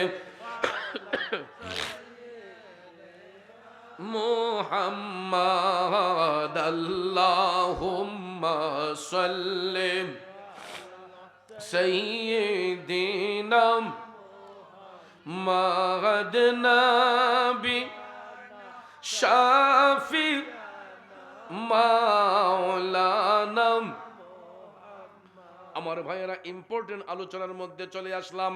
এখানে আরেকটা দলিল পাওয়া যাবে, আমার নবী যে হাজের ও নাজের। অনেক মুরুক্করা এটা অস্বীকার করে, কিন্তু ওয়াইসাল কারণের এই ঘটনা থেকে দুইটা মাসালা প্রমাণিত হয়। আমার নবী গায়েবের খবর দেনেওয়ালা, রসুল হাজের ও নাজের। এই বিশ্বাস আপনাদের আসেনি? গভীর মনোযোগ বাবাজিরা গো। ওয়াইসাল কারণে যখন এই কথা বলল, হযরতে উমর বললেন, পাগলা, তুমি নবী উম্মতদেরকে এত ভালোবাসো, তাইলে তুমি তো নবীর জামানায় ছিলা, একটা বারের জন্য কি নবী দেখার স্বাদ তোমার অন্তরে জাগলো না? এ ওয়াইসাল কারণে, তুমি তো নবীর জামানায় ছিলা, এত ভালোবাসা তোমার সিনাতে থাকার পরও একটা বারের জন্য কি নবী দেখার স্বাদ তোমার অন্তরে জাগলো না? এই কথা বলাতে ওয়াইসাল কারণে মাথাটা নিচু করে বলতেছে, হুজুর, আমি না হয় একজন নবীরে নাই দেখলাম, আচ্ছা হুজুর, আপনারা আমার নবীরে দেখছেননি? সুবহানাল্লাহ কন্যা। হাই হাই রে। আচ্ছা বলেন, এই প্রশ্ন যেই লোকে করতে পারে, এটার উত্তর কি উনি নবী দেখছে না দেখছে না? যখন ওয়াইসাল কারণে বলল, হুজুর, আমি না হয় একজন নবীজিরে নাই দেখলাম, আচ্ছা না বলুন তো আপনারা আমার নবীরে দেখছেন নে? হযরতে উমর রাদিয়াল্লাহু তাআলা আনহু হাইসা হাইসা বলতেছেন, পাগলা, আমরা তো আসলামই নবীর কাছ থেকে, দেখছি মানে অবশ্যই দেখেছে। এবার দেখেন কেমনে প্রেমের পেস মারে। কয়, আচ্ছা হুজুর বলেন তো, রসুল যদি দেইখা থাকেন, আমার নবীর কপাল মুবারকের ব্রু মুবারক গোলা জোড়া লাগানো ছিল নাকি আলাদা ছিল? এই প্রশ্ন যেই লোকে করতে পারে, এটার উত্তর কি উনি নবী দেখছে না দেখছে না? হযরতে উমর মওলা আলীর দিকে তাকাইয়া বলতেছেন, আলী, পাগলা এই প্রশ্ন করলো কারণটা কি? তারা দুইজনে এই কথাটা নিয়ে তাকরার করতেছেন, গবেষণা করতেছেন। এই ফাঁকে ওয়াইসাল কারণে আরেকটা প্রেমের খেলা খেলছে। কলম হাতে নিয়ে আমার নবীজির কপাল মুবারকের চিহ্নটারে অঙ্কন কইরা কয়, হুজুর একটু দেখেন তো, এটা চিনেননি? হযরত উমর ডাক দিয়ে কয়, পাগলা, এ তো দেখছি আমার নবীর কপাল মুবারক। রে ওয়াজ করুনি, তুই তো কোনোদিন আমার নবীরে দেখোস নাই, পাগলা তুই জানলে কেমনে আমার নবীর কপাল মুবারক এই রকম ছিল?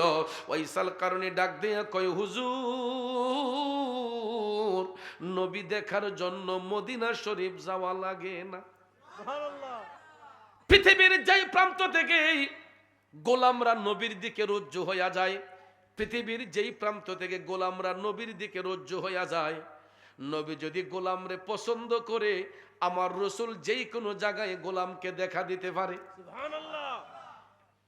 এই সোমবাজার থেকে যদি আমরা নবীর দিকে রজ্জু হইয়া যাই, নবীর সাথে প্রেমের খেলা খেলি, নবী যদি আমাদেরকে গোলাম বলে স্বীকার করে, সোমবাজারের মাহফিলে রসুল আসতে পারে কি পারে না? এই বিশ্বাস আপনাদের আছে না নাই?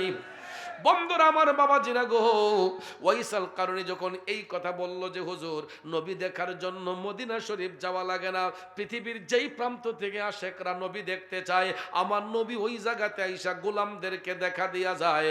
এই কথা শোনার পরে হযরত আলী বললেন, পাগলা, তোমার সব কথা মানলাম, তোমার সব কথা আমরা মানলাম, তুমি তো নবীর জামানায় ছিলা, একটা বারের জন্য তো যাইতে পারতাম। তখন ওয়াইস করুনি কয়, হুজুর, আমি 3 বার গিয়েছি ইতিপূর্বে। কয়বার? নবীজি পৃথিবীর জমিনে চলাফেরা করা অবস্থায়, দুনিয়ার জমিনে অবস্থান করা অবস্থায় আমি 3 বার মদিনা শরীফ গিয়েছি, কিন্তু কোনো কারণে কোনোভাবেই রসুলের সাথে আমার যে কোনোভাবে সাক্ষাৎ হয় নাই। 4র্থবার যখন আবার যাওয়ার প্রিপারেশন নিয়েছি, তখন নবীজি আমাকে নিষেধ করছেন যাওয়ার জন্য। নবী আবার নিষেধ করে কেন? এ ভাইয়ের আমার, এখান থেকে মেশকাত শরীফের একটা রিওয়ায়াত আসছে, এই জায়গা থেকে মেশকাত শরীফের একটা রিওয়ায়াত আসছে, কেন নবী নিষেধ করেছিলেন? কারণ ওয়াইসাল কারণে যে একটা গাইড কান্দে লইয়া ঘুরতেন, মনে হসেনি? কইসলাম নেই? ওই গাইটের ভিতরে কি ছিল জানেননি বাজান? ওয়াইসাল কারণের গর্ভধারিণী মা। আরে মা বিনে বান্ধব নাই রে, মা বিনে বান্ধব নাই রে, এই যে সোনার দুনিয়ায়। ভেবে দেখো কি করছো এই মায়ের লাগিয়া, ভেবে দেখো কি করছো এই মায়ের লাগিয়া। রে আমার বাবাজিরা, বন্ধুরা, এ সোমবাজারের যুবক ভাইয়েরা, ওয়াইসাল কারণের মা অসুস্থ ছিলেন। ওই মাকে দেখাশোনা করার মতো অন্য কোনো লোক ছিল না, একমাত্র তিনি ছিলেন একমাত্র মায়ের সম্বল, একমাত্র সন্তান ওয়াইসাল কারণী। এই জন্য আমার মদিনার কামলিওয়ালা নবী ডাক দিয়ে বলেছেন, পাগলা তুই আসার দরকার নাই, তুই তোর মায়ের সেবা কর, আমি রসুল আইসা তোরে দেখা দিয়া যাইব। তাইলে আমরা এই সোমবাজারের প্রেমিকরা যাদের ঘরে মা আছে, আমরা যদি আমাদের মায়ের সেবা করি রে, আমরা যদি আমাদের মাকে ইজ্জত করি, সম্মান দেই, তাইলে দয়াল নবীর দেখা পাইতে পারি কি পারি না? কথা কোন পারি কি পারি না? কিন্তু কেমনে পারব, কেমনে করব? আমরা বড় হইয়া তো অনেকে মা বাবার শত্রু মনে করি, ঠিক না বেঠিক? যুবক বন্ধু, পায়ে হাত ধরে বলবো, এই দুইটা জায়গা কোনোদিন নষ্ট করবা না। বাবার সাথে বিয়াদবি, মায়ের সাথে বিয়াদবি, কখনো এটা ব্রেইনের মধ্যে কল্পনায় আনবা না যে বাবার ধমক দিয়া কথা বলবো, মারে ধমক দিয়া কথা বলবো। অনেক সময় মা বাবা যদি আমাদেরকে শাসন করে ধমক দেয়, বুঝবেন এটা আমার আপনার ভবিষ্যৎ সুন্দরের জন্য, ঠিক কিনা কম? এই জন্য ভাইয়ার আমার, বন্ধুরা আমার, পৃথিবীর মধ্যে একটা সন্তানের সবচাইতে আপন দুইটা বন্ধু হলো মা এবং বাবা। ভাই ভাইয়ের শত্রু হয় যদি সম্পদ নিয়ে ভাগাভাগি হয়, বোন ভাইয়ের শত্রু হয় যদি বোনের ফরজ সত্য ঠিকভাবে আদায় করা না হয়, বন্ধু বন্ধুর শত্রু হয় যদি ওই বন্ধুর টাকা পয়সা নিয়ে ভাগবাটোয়ারা হয়। কিন্তু দুইজন ব্যক্তি কোনোদিন সন্তানের শত্রু হয় না, একজন হলো বাবা, একজন হলো মা। এই দুইটা বন্ধু কোনোদিন সন্তানের শত্রু হয় না। দেখবেন মা বাবা কোনোদিন সন্তানকে টাকার জন্য প্রেসার দেয় না, সন্তানকে কোনোদিন দেখবেন টাকা পয়সার জন্য চাপ দেয় না। কই ফুট যদি থাকে আমারে কিছু দিস, যদি থাকে মনটা চাইলে কটা টাকা দিস, কথা কোন ঠিক কিনা? যদি বাবা রোজগারি না হয়, বাবার যদি দুর্বল হয়, উইক হয়, বার্ধক্য আসলে অনেক সময় খরচের টাকার জন্য ছেলেকে বলে যে ফুট টাকা আসেনি রে, দিস। কিন্তু আমরা অনেক সময় দেখবেন কই আমি করতে দিব, আমাতে নাই, পারবো না, এরকম কথা আমরা বলি। কিন্তু একবার শৈশবের কথা চিন্তা করেন, আমরা যখন ছোট্ট ছিলাম, শিশু ছিলাম, আমরা বাবার কাছে গিয়ে আব্বা 2টা টাকা দেন না, আব্বা 5টা টাকা দেন না, আব্বা 10টা টাকা দেন না। একবার দুইবার বলার পরে 3বারের বেলায় আব্বা টাকাটা না দিয়ার পারছে না, কাচ্চা ফুট নেও, কি খাইবা খাও গিয়া। মনের খুশিতে দেখবেন সন্তানের পিছনে মা বাবারা টাকা খরচ করে, আর আমরা সন্তানগুলা মা বাবার শত্রু মনে করি, ঠিক কিনা কন? স্ত্রীর ফাঁদে পইরা, স্ত্রীর দোকার মধ্যে পইরা কত সন্তান দেখবেন মারে কষ্ট দেয়, বাবারে কষ্ট দেয়। এই জন্য কবি বলেছেন, তোমরা কোনোদিনও মা বাবার মনেতে কষ্ট দিও না, ওরে পৃথিবীতে মায়ের মতো আপন কেউ হবে না। তোমরা কোনোদিনও মা বাবার মনেতে কষ্ট দিও না। এ যুবক বন্ধু, যারা বাবা হারাইছে এরা জানে বাবার প্রয়োজন, যার ঘরে মা নাই ওই লোকটা জানে মার কি বেদন। আমি 27টা বছরের উপরে বাবা হারা শূন্যতা ভোগ করতেছি। আজকে 27 বছর ধরে আমার বাবা দুনিয়াতে নাই। বর্তমানে আমাদের টাকা পয়সার অভাব নাই, ধন সম্পদের অভাব নাই, গাড়ি বাড়ির অভাব নাই, কিন্তু আমরা 6টা ভাই বোন মৃত্যুর আগ পর্যন্ত এই জবান দিয়ে আর বাবা ডাকতে পারবো না। 27 বছরের উপরে বাবা নামক বট গাছটা অন্ধকার কবরে। ভাইয়ের আমার, বন্ধুরা আমার, আমি এমন একটা পুরা কপাল্লা সন্তান, যেই বয়সে বাবা হারাইছি আমি আমার বাবার জানাজার নামাজের ইমামতি করার যোগ্যতা তখন আমার ছিল না, ছোট্ট ছিলাম, জানাজা পড়াইবার মতো বয়স আমার ছিল না। কিন্তু বর্তমানে আমি কত মানুষের জানাজার নামাজে ইমামতি করি। আমার কত মুরিদ মারা গেলে ঘন্টার পর ঘন্টা লাশ রাইখা দেয়, পিসা হুজুর না আসা পর্যন্ত জানাজা হবে না। অনেক সময় জানাজার মাঠে লাশ নিয়েও দেখা যায় 10 মিনিট, 20 মিনিট, 30 মিনিট আমার জন্য মুসল্লিরা অপেক্ষা করে, হুজুর আসলে জানাজা হবে।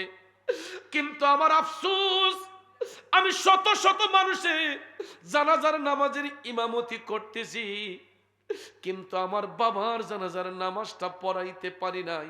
এই যে একটা দুঃখ মনে, মৃত্যুর আগ পর্যন্ত এই কষ্টটা থাকে রে বাবা।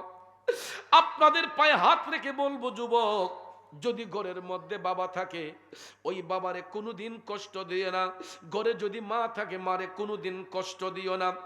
যেই কারণে কবি বলেছেন, বাবাকে তোমরা জানিও কাবা, মদিনা জানিও মাকে, বাঁচিয়া যদি গো থাকে, হো তোমরা করিও ভাই বন্ধুগণ মাতা পিতার খেদমত, করিও নবীর উম্মত, করিও নবীর উম্মত। পায়ে হাত ধরে বলে যাব যুবক, বাবা মারে কোনোদিন কষ্ট দিও না। আমি আমার মারে নিয়ে সারাটা দেশ গর্ব করি। কেন জানেননি? এই যে আমি সন্তানটা মাহফিলে থাকি, রাত অনেক সময় 1টা হয়, 2টা হয়, 2:30টা হয়ে যায়, ঘরের সব সদস্য ঘুমায়া যায়, কিন্তু আমার পৃথিবীর শ্রেষ্ঠ বন্ধু আমার মায়ের চোখে ঘুম নাই। আজকেও যখন মাহফিলে আসবো, টেলিফোন যখন দিলাম, মোবাইল যখন দিলাম, আম্মা কেমন আছেন আম্মা? আম্মা কই ফুত আজকে মাহফিল কোথায়? আমি বলছি গাজীপুর জেলার কালীগঞ্জ উপজেলায়। আম্মা কই ফুত এলাকার মানুষটি ভালো নেই, এলাকাটা ঠিক আছে নি ফুত, রাস্তাঘাট ঠিক আছে নি? এরপরে কয় ফুত কমিটিতে বুঝাইয়া কইও যে আমার আম্মা কইছে আমার আগে দিয়েন। দেখেন মা সন্তানের নিয়ে কত টেনশন করে যে মাহফিল কমিটিরে বইলো মাহফিলের পরে যাতে তোমার একটা নিরাপদ জায়গায় পৌঁছাইয়া দেয়। আজ পর্যন্ত আমার স্ত্রীও তো বলে নাই যে মাহফিল শেষ কইরা কমিটির লোকরে বলবেন আপনার রাস্তা আগাইয়া দেওয়ার জন্য। কিন্তু আমার পৃথিবীর শ্রেষ্ঠ বন্ধু আমার মা, আমি সন্তানকে নিয়ে কত চিন্তা করতেছে দেখুন। শুধু আমার মা কেন, প্রত্যেকটা সন্তানের মা, তার বাচ্চা যদি মায়ের চোখের আড়ালে থাকে, একটা মাও ঠিক মতো খায় না, ঠিক মতো ঘুমায় না। ওরে হাতে পায়ে তেল মাইখা মাই দিল শক্ত করি, প্রসাব পায়খানায় আমি মায়ের কুলে করি, তবু না আমার রাগ হইল ভিজলো গুয়ে মুতে, আমার সুখ নাই রাখিয়া মাই থাকে ভিজাতে। আরে অসুখ হইলে দেখি চায়া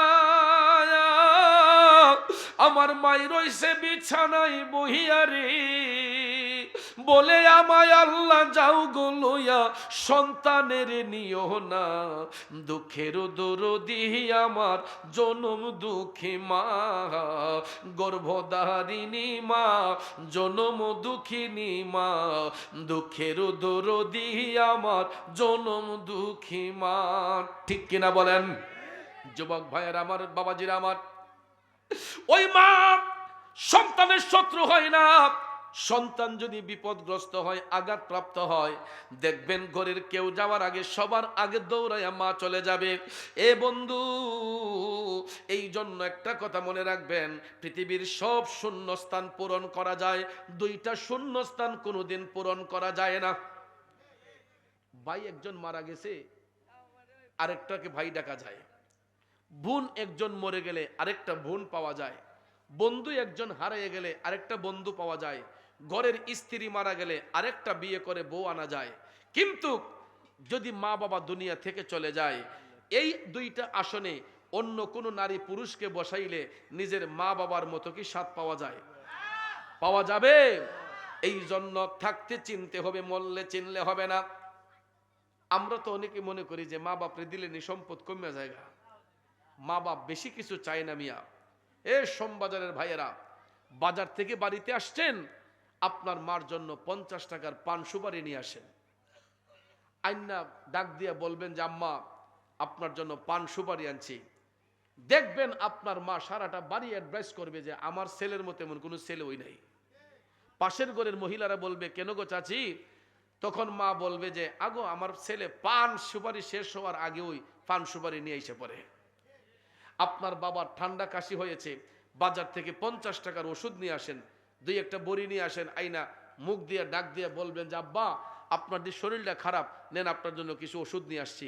দেখবেন চায়ের দোকানে বৈশা ওই বাবা পরের দিন সকালে কব আমার ফুতের মতো এমন কোনো ফুতুই নাই। কেন চাচা? কাও আমি একটা কাশি দিছিলাম, আমার ফুতে ঘরের মাঝে ফার্মেসি নাজির করে নিচ্ছে, আনছে মুঠে 50 টাকার ওষুধ। কিন্তু বাবা অ্যাডভাইস করতেছে যে ওষুধের কারি এনে জমাই দিছে। শুনেন যুবক ভাই, এটাও দিয়েন না, এটাও দেওয়ার প্রয়োজন নাই। শুধু মুখ দিয়ে শুধু একটু দরদ দিয়া আব্বারে আব্বা কইয়া ডাকবেন, মা রে মা কইয়া ডাকবেন, দেখবেন তাতেই মা বাবা খুশি। কথা কোন ঠিক কিনা? তারা না দিলেও সন্তান যদি মুখটা ভইরা দরদ দিয়া যদি আব্বারে আব্বা কইয়া ডাকে, আম্মারে আম্মা কইয়া ডাক দেয়, মা বাবার মন খুশি হইয়া যায়। কথা বলেন ঠিক কিনা? এই জন্য কবি বলেছেন আমার মায়ের মতো আপন জন, মায়ের মতো আপন জন ত্রিভুবনে নাই, মায়ের কদমের নিচে জান্নাত দিলেন খোদায়, মায়ের কদমের নিচে জান্নাত দিলেন খোদায়। আমার মায়ের মতো আপন জন, মায়ের মতো আপন জন ত্রিভুবনে নাই, মায়ের কদমের নিচে জান্নাত দিলেন খোদায়। মা ডাকটি কত মধুর জানে যে সবাই, মায়ের একটু আদরেতে কি যে শান্তি পাই রে, কি যে শান্তি পাই। কবুল হজের সওয়াব হয়, কবুল হজের কি হজের? জোরে কোন কি হজের? আচ্ছা বলেন, বর্তমানে হজ করতে হলে কমপক্ষে 7 থেকে 8 লাখ টাকা লাগে, ঠিক না ঠিক? 7-8 লাখ টাকা খরচ করে মানুষ হজ করতে যায়। বাংলাদেশে আইসা কোন হাজি সাহেব কি গ্যারান্টি দিতে পারবে যে আমার হজটা কবুল হয়ে গেছে? কথা কোন পারবেন? লক্ষ লক্ষ টাকা খরচ করে আমরা হজ করে আসি, আজও পর্যন্ত কোনো হাজি সাহেব গ্যারান্টি দিতে পারবেন না যে আমার হজটা কবুল হয়েছে। কিন্তু আমার মদিনার কামলিওয়ালা নবী একটা গ্যারান্টি দিয়েছেন, যদি কোনো সন্তান একবার তার মায়ের চেহারার দিকে মায়ার নজরে মোহব্বতের নজরে তাকায়, আমার আল্লাহ ওই ব্যক্তির আমলে একটা কবুল হজের সওয়াব দান করবে। নবীর কথা সত্য না মিথ্যা? তাইলে এখন আমার মা যদি কালো হয়, কালো মায়ের চেহারার দিকে মায়ার নজরে চাইলে হজের সওয়াব মিলবনি? মা যদি শ্যামবর্ণ হয়, ওই মায়ের চেহারার দিকে মোহব্বতের নজরে তাকাইলে সওয়াব মিলবনি? নাকি শুধু ফর্সা মায়ের চেহারার দিকে?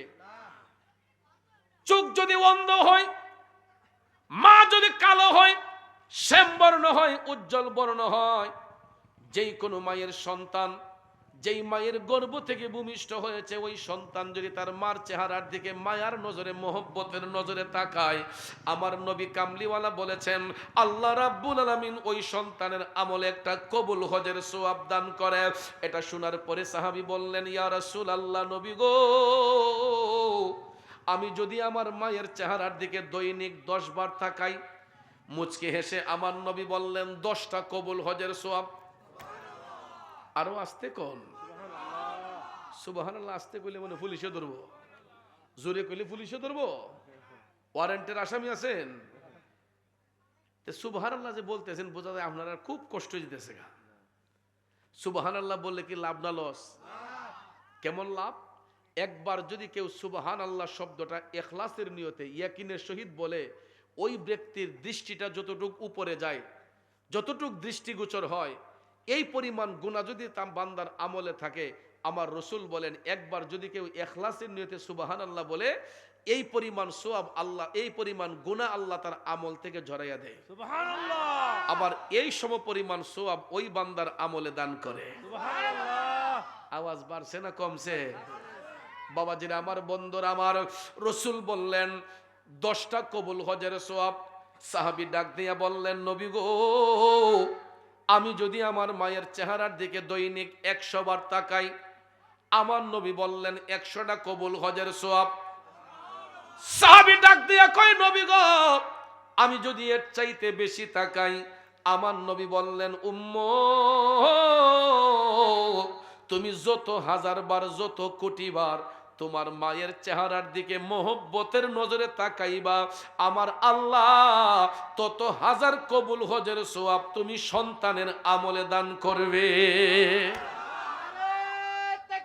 আল্লাহু আকবার।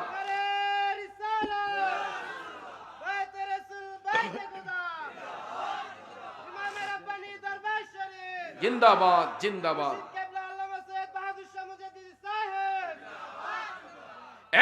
নবীর প্রেমিকেরা, আমার নবী বললেন, যত হাজার বার, যত কোটি বার তুমি তাকাইবা, তত হাজার কবুল হজের সওয়াব আল্লাহ তুমি সন্তানের আমলে দান করবে। এমন সময় বন্ধুরা আমার, বাবাজিরা, একজন ছেলে আমার নবীর কদমে হাজির হইয়া বলতেছে, ইয়া রাসূলুল্লাহ, নবী গো, আমার মা তো মুশরিক, আমার মা তো বেদিন, আমার মা আমার কাছে আসে, নবী গো, আমি কি ওই মার চেহারার দিকে মায়ার নজরে চাইব? আমি কি তার দিকে মায়ার নজরে চাইব, নাকি তার সাথে খারাপ আচরণ করব? দেখেন, ছেলে নবীর উপর ঈমান এনেছে, কষ্ট হইতেছে? ছেলে নবীর উপর ঈমান এনেছে, ওই মা আনে নাই, মা বেদিন মুশরিক। এমত অবস্থায় ওই সাহাবী বললেন, ইয়া রাসূলুল্লাহ, আমি তো দ্বীনের পথে এসেছি, আমার মা তো এখন আসে নাই, কিন্তু আমার মা আমার কাছে আসে, আমি কি আমার মার সাথে খারাপ আচরণ করব নাকি ভালো আচরণ করব? আমার রসুল ওই সাহাবীকে ডাক দিয়ে বললেন, উম্মত, অবশ্যই অবশ্যই তুমি তোমার মার সাথে সৎ ব্যবহার করবা। কেন? উনি তোমার গর্ভধারিণী। কি ধারিণী? গর্ভধারিণী। কারণ একটা সন্তান যখন মায়ের পেটে থাকে, মা যে কি কষ্ট সন্তানকে নিয়ে করে, যেই মায়ের পেটে সন্তান ধারণ করে ওই মা বলতে পারে। শুধু তাই নয়, 7 মাস 8 মাস যখন পার হইয়া যায়, অনেক মায়ের হাত ফুলে যায়, পাও ফুলে যায়। দেখবেন অনেক মায়ের পেটের চামড়া লুজ হইয়া যায় বাচ্চা পেটে নেওয়ার কারণে। কথা কোন ঠিক কিনা? যতই মেডিসিন ব্যবহার করুক না কেন, কিন্তু যেই মা সন্তান প্রসব করে, ওই মায়ের বডি ফিটনেস সন্তানের কারণে অনেক সময় নষ্ট হইয়া যায়, চামড়া লুজ হইয়া যায়। এরপরও মা বাচ্চার মুখের দিকে তাকাইলে 10 মাস 10 দিনের প্রসব বেতার জ্বালা সেকেন্ডের মধ্যে ভুলে যায়। কথা কোন ঠিক কিনা? এই জন্য যুবক ভাইয়েরা, আপনাদের পায়ে হাত রেখে বলবো, কোনোদিন ওই মারে কষ্ট দেওয়া যাবে না।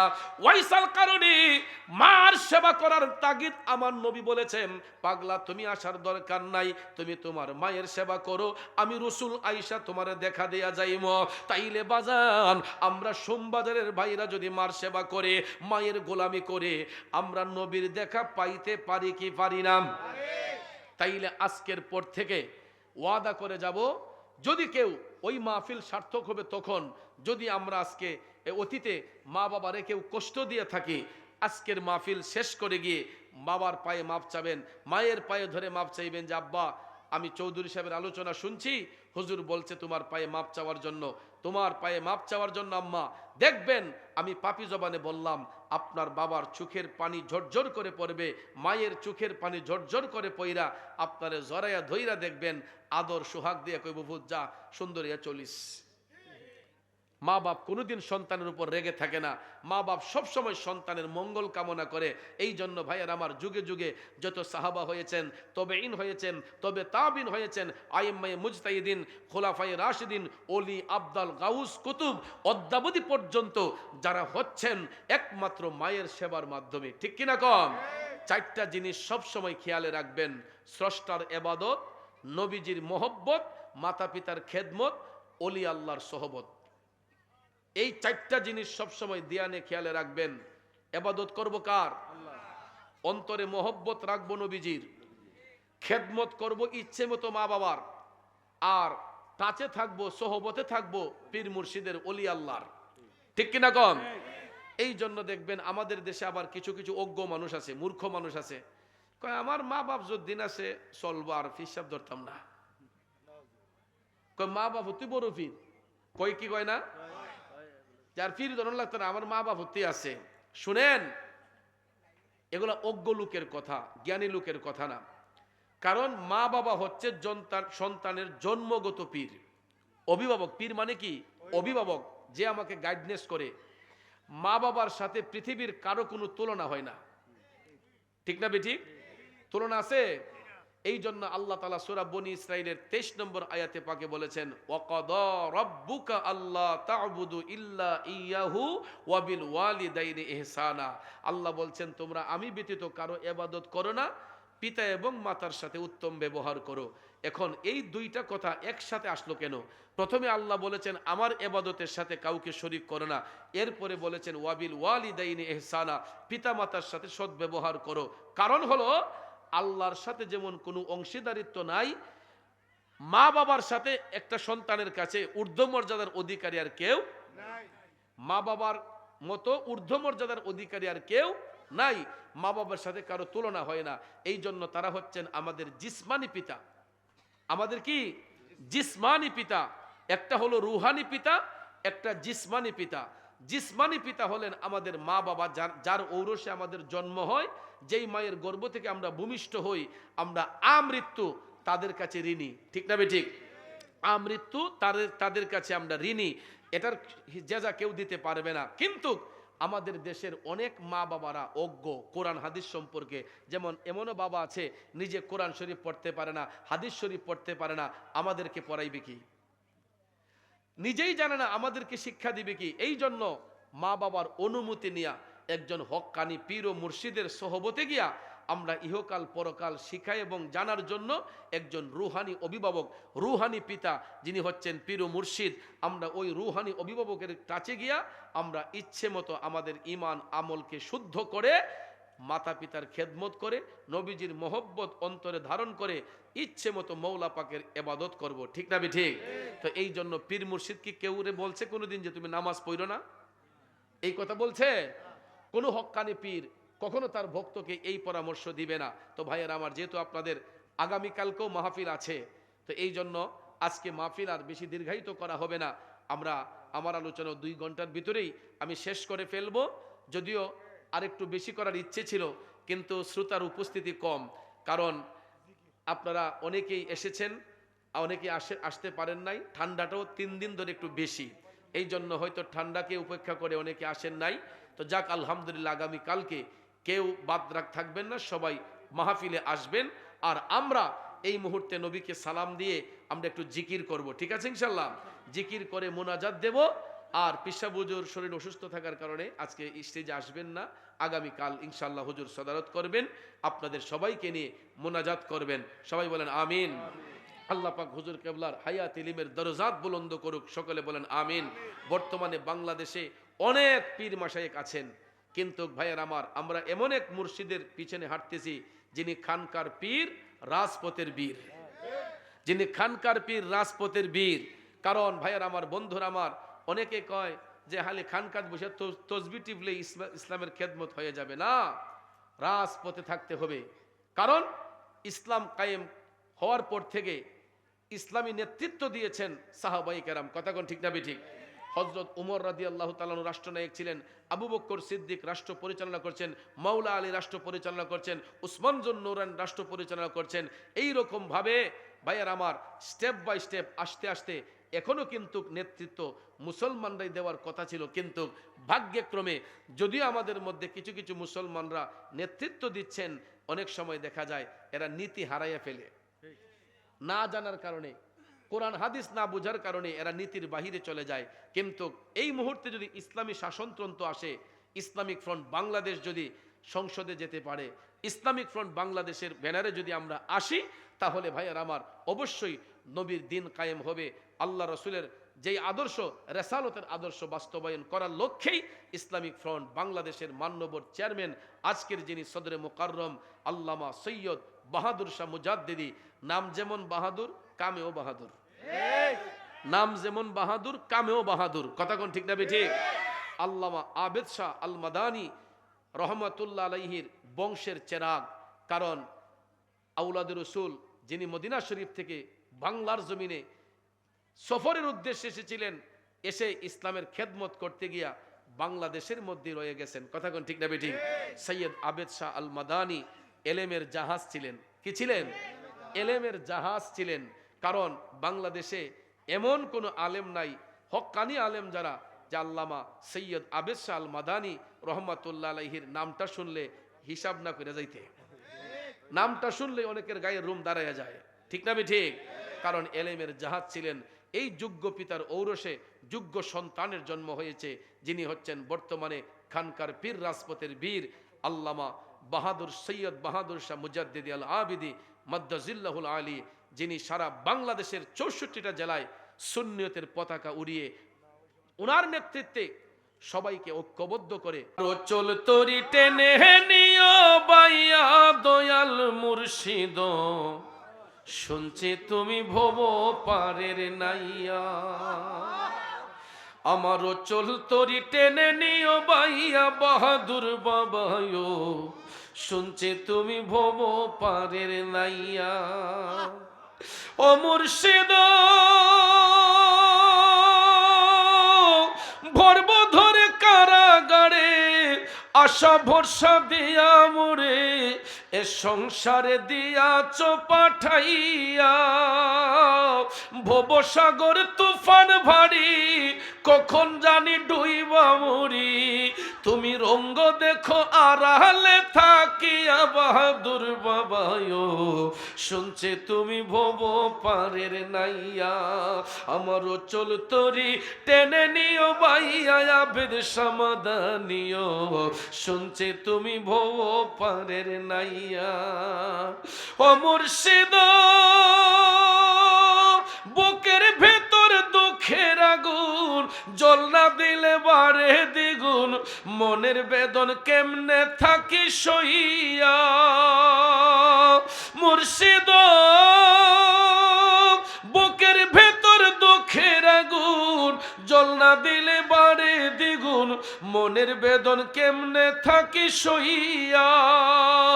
অন্তরে দুরন্ত জ্বালা, দেখাইলাম না খুলে তালা, তুমি জোড়াও এসে প্রেমের পরশ দিয়া বাহাদুর বাবায়ো, শুনছি তুমি ভব পারের নাইয়া। আমারও চল তরি টেনে নিও বাইয়া দয়াল মুর্শিদ, শুনছি তুমি ভব পারের। ও মুর্শিদ তুমি আমার হৃদয় রতন, সময়ে করলাম না যতন, এ মিনতি রাখি গো জাহানাইয়া। মুর্শিদ তুমি আমার হৃদয় রতন, সময়ে করলাম না যতন, এ মিনতি রাখি গো জাহানাইয়া।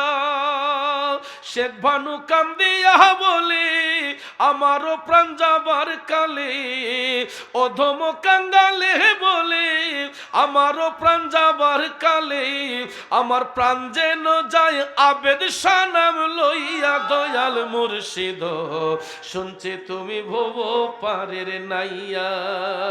আমারও চল তরি টেনে নিও বাইয়া দয়াল মুর্শিদ, শুনছি তুমি ভব পারের নাইয়া। আমারও চল তরি টেনে নিও বাইয়া দয়াল মুর্শিদ, শুনছে তুমি ভব পারের। ও মুর্শিদ বুকের ভেতর দুঃখের আগুন, জল না দিলে বাড়ে দ্বিগুণ, মনের বেদন কেমনে থাকি সইয়া। অন্তরে দুরন্ত জ্বালা, দেখাইলাম না খুলে তালা, অন্তরে দুরন্ত জ্বালা, দেখাইলাম না খুলে তালা, তুমি জোড়াও এসে প্রেমের পরশ দিয়া আবেদ শাহ বাবায়ো, শুনছে তুমি ভব পারের নাইয়া। আমারও চল তরি টেনে নিও বাইয়া দয়াল মুর্শিদ, শুনছি তুমি ভব পারের নাইয়া। শুনছে তুমি ভব পারের নাইয়া। আল্লাহু আকবার। ইয়া রাসূলুল্লাহ।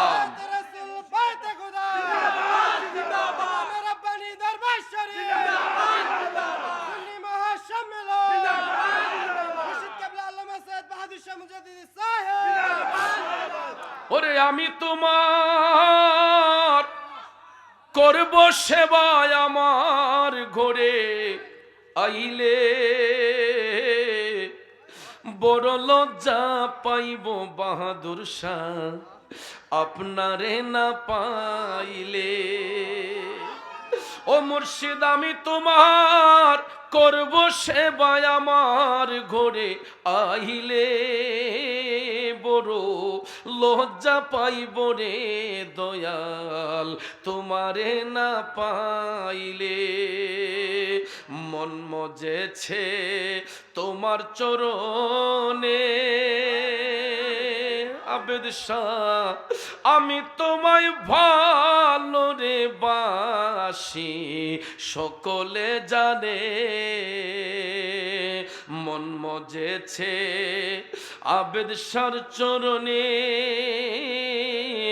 আমি তোমায় ভালো রে বাসি, সকলে জানে। আরে ফুলের মালা সার্থক হইতো নিজের হাতে পরাইলে, বড় লজ্জা পাইব দয়াল, তোমারে না পাইলে। আমি তোমার করব সেবায়, আমার ঘরে আইলে বড় লজ্জা পাইব রে দয়াল, তোমারে না পাইলে।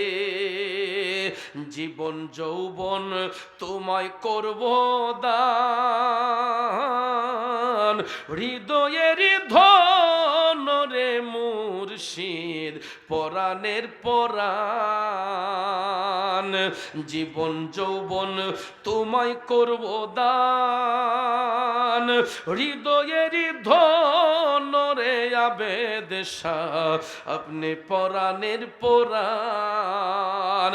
ওরে দূর থেকে করে অভিমান আমায় পাগল বানাইলে, বড় লজ্জা পাইব রে দয়াল, তোমারে না পাইলে। আমি তোমার করব সেবায়, আমার ঘরে আইলে বড় লজ্জা পাইব রে দয়াল, তোমারে না পাইলে। বড় লজ্জা পাইব রে দয়াল, তোমারে না পাইলে। আল্লাহু আকবার। ইয়া রাসূলুল্লাহ।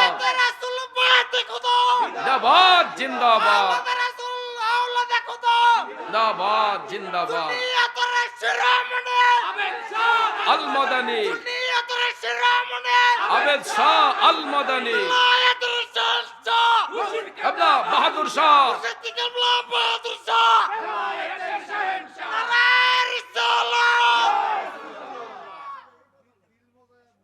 মাশাআল্লাহ মারহাবা। হই আমি এই ভিক্ষা চাহি গো মুর্শিদ,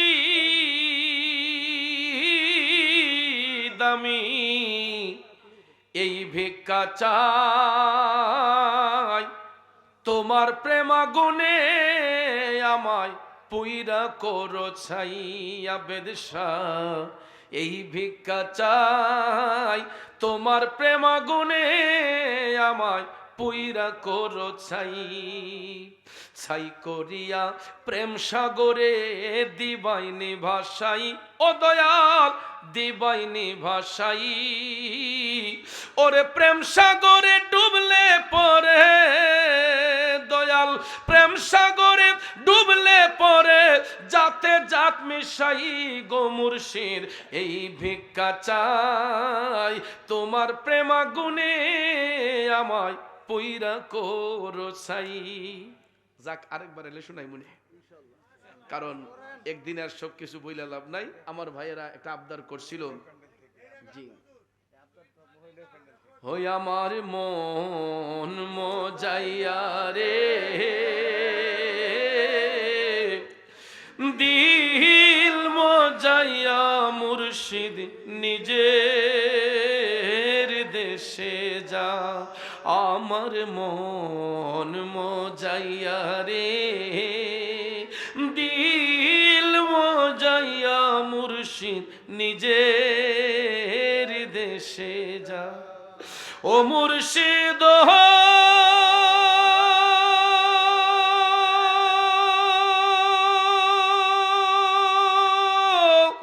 একে আমার ভাঙ্গা ঘর, তার উপরে লড়ে চোর, কখন জানি এই ঘর ভাঙ্গা পড়ে রে। আবের নেওয়ারি রে, কাঞ্চা বাঁশের বেড়া রে, বাজার লুটিয়া নিল চোরাই রে। আমার মন মজাইয়া রে, দিল মজাইয়া মুর্শিদ নিজের দেশ। ও মুর্শিদ ও মুর্শিদ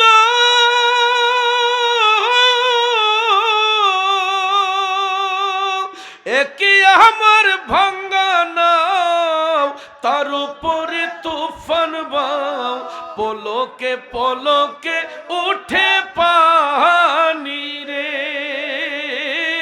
কইও দয়ালের টাই এই তরির ভরসা নাই, কইও আবেদ সারটাই এই তরির ভরসা নাই। রাহুর দরিয়াই দিতে পারি রে। আমার মন মজাইয়া রে, দিল মজাইয়া মুর্শিদ নিজের দেশে যাও। আমার মন মজাইয়া রে, দিল মজাইয়া মুর্শিদ নিজের দেশে যাও। ও মুর্শিদ সবার আছে জায়গা জমিন, আমার তো নাই যে কমি। আমার কাছে আছো মুর্শিদ তুমিও, জীবন মরণে ঠাই দিও ছাই চরণে। রাহুর দরিয়াই দিতে পারি রে। আমার মন মজাইয়া রে, দিল মজাইয়া মুর্শিদ নিজের দেশে যাও। আমার মন মজাইয়া রে, দিল মজাইয়ার মুর্শিদ নিজের দেশে যাও। দিল মজাইয়া মুর্শিদ নিজের দেশে যাও। মারহাবা কইতেন না ভাইয়ের আমার। আসলে আপনাদের সিনার মধ্যে এত এশক, এত ভালোবাসা আমি জানতাম না। তরিকতের প্রেম এমনভাবে অন্তরে গীতেছেন, আমি জানলে আরো আগেই শুরু করলাম হইলে। তো ভাবলাম বাজান ইনশাল্লাহ আমার মা বোনদের পক্ষ থেকে হাদিয়া আসতেছে। তো আলহামদুলিল্লাহ, আমার তো মনে হয় সারা রাত মনে গাইলো, আপনারা যেতেন না। তো যাক আলহামদুলিল্লাহ, আজকে এতটুকু থাক নাকি, ভবিষ্যতে আসলে আবার আপনাদের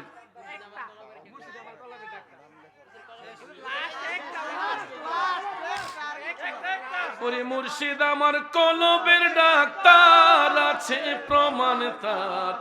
মুর্শিদ আমার কলবের ডাক্তার, আরে আবেদ সাহা কলবের ডাক্তার আছে প্রমাণ তার। বাহাদুর শাহ কলবের ডাক্তার। আসলে এটা আমি শুনি ঠিক, কিন্তু পুরাটা আমার মুখস্থ নেই, কিন্তু সুরটা আমার জানা আছে। তো এই জন্য পুরাটা মুখস্থ নেই, এটা আর বলতে পারছি না। কিন্তু আপনাদেরকে শেষমেশ আরেকটা মুর্শিদের শান শোনাইয়া তারপরে ইনশাল্লাহ আমরা আজকে মুনাজাত করব, ঠিক আছে ইনশাল্লাহ? কষ্ট হবে না তো আপনাদের? যাক আলহামদুলিল্লাহ। চাচা মাশাআল্লাহ মারহাবা। আর ভিতরে বাইন্দা রাখতে পারছে না, কথা কোন ঠিক না ঠিক?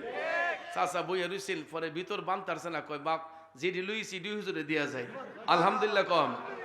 আসলে আপনাদের অন্তরে তরিকতের প্রেম এমন ভাবে আপনারা গীতেছেন, আসলে মনটা অনেক খুশি হয়ে গেছে। আল্লাহ যেন কবুল করে, সকলে কোন আমিন। তো আরেকটা হইতো ইনশাআল্লাহ, সবাই শুনতে রাজি? আলহামদুলিল্লাহ, কবুল করুক, সকলে আমিন কম। ওরে রূপেতে নয়ন রাখিয়া হরদমে নাম লয় রে,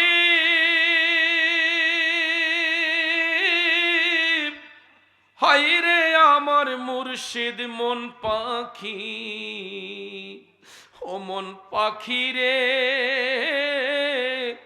সামনে দাঁড়াও রূপ দেখি,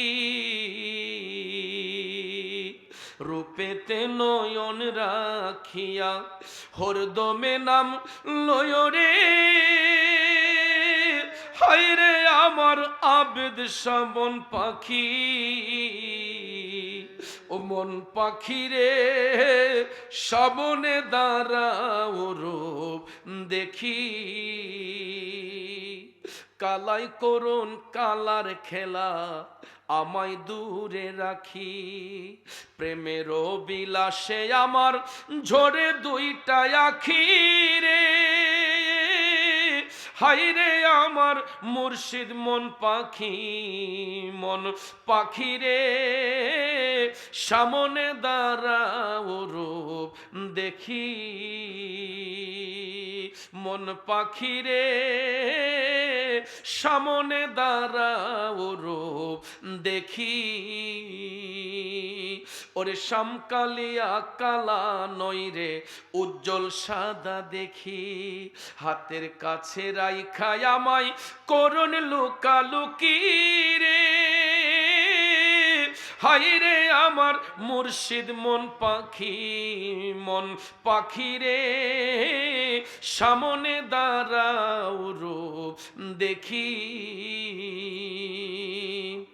ওরে নিদ্রা নাই মোর তন্দ্রায় আসে, শৈলে চাইয়া থাকি, আর নিদ্রা নাই মোর তন্দ্রায় আসে, শৈলে চাইয়া থাকি, কখন জানি রূপের নেশায় দিয়া যাইব ফাঁকি রে, হায় রে আমার মুর্শিদ মন পাখি, মন পাখি রে, সামনে দাঁড়াও রূপ দেখি,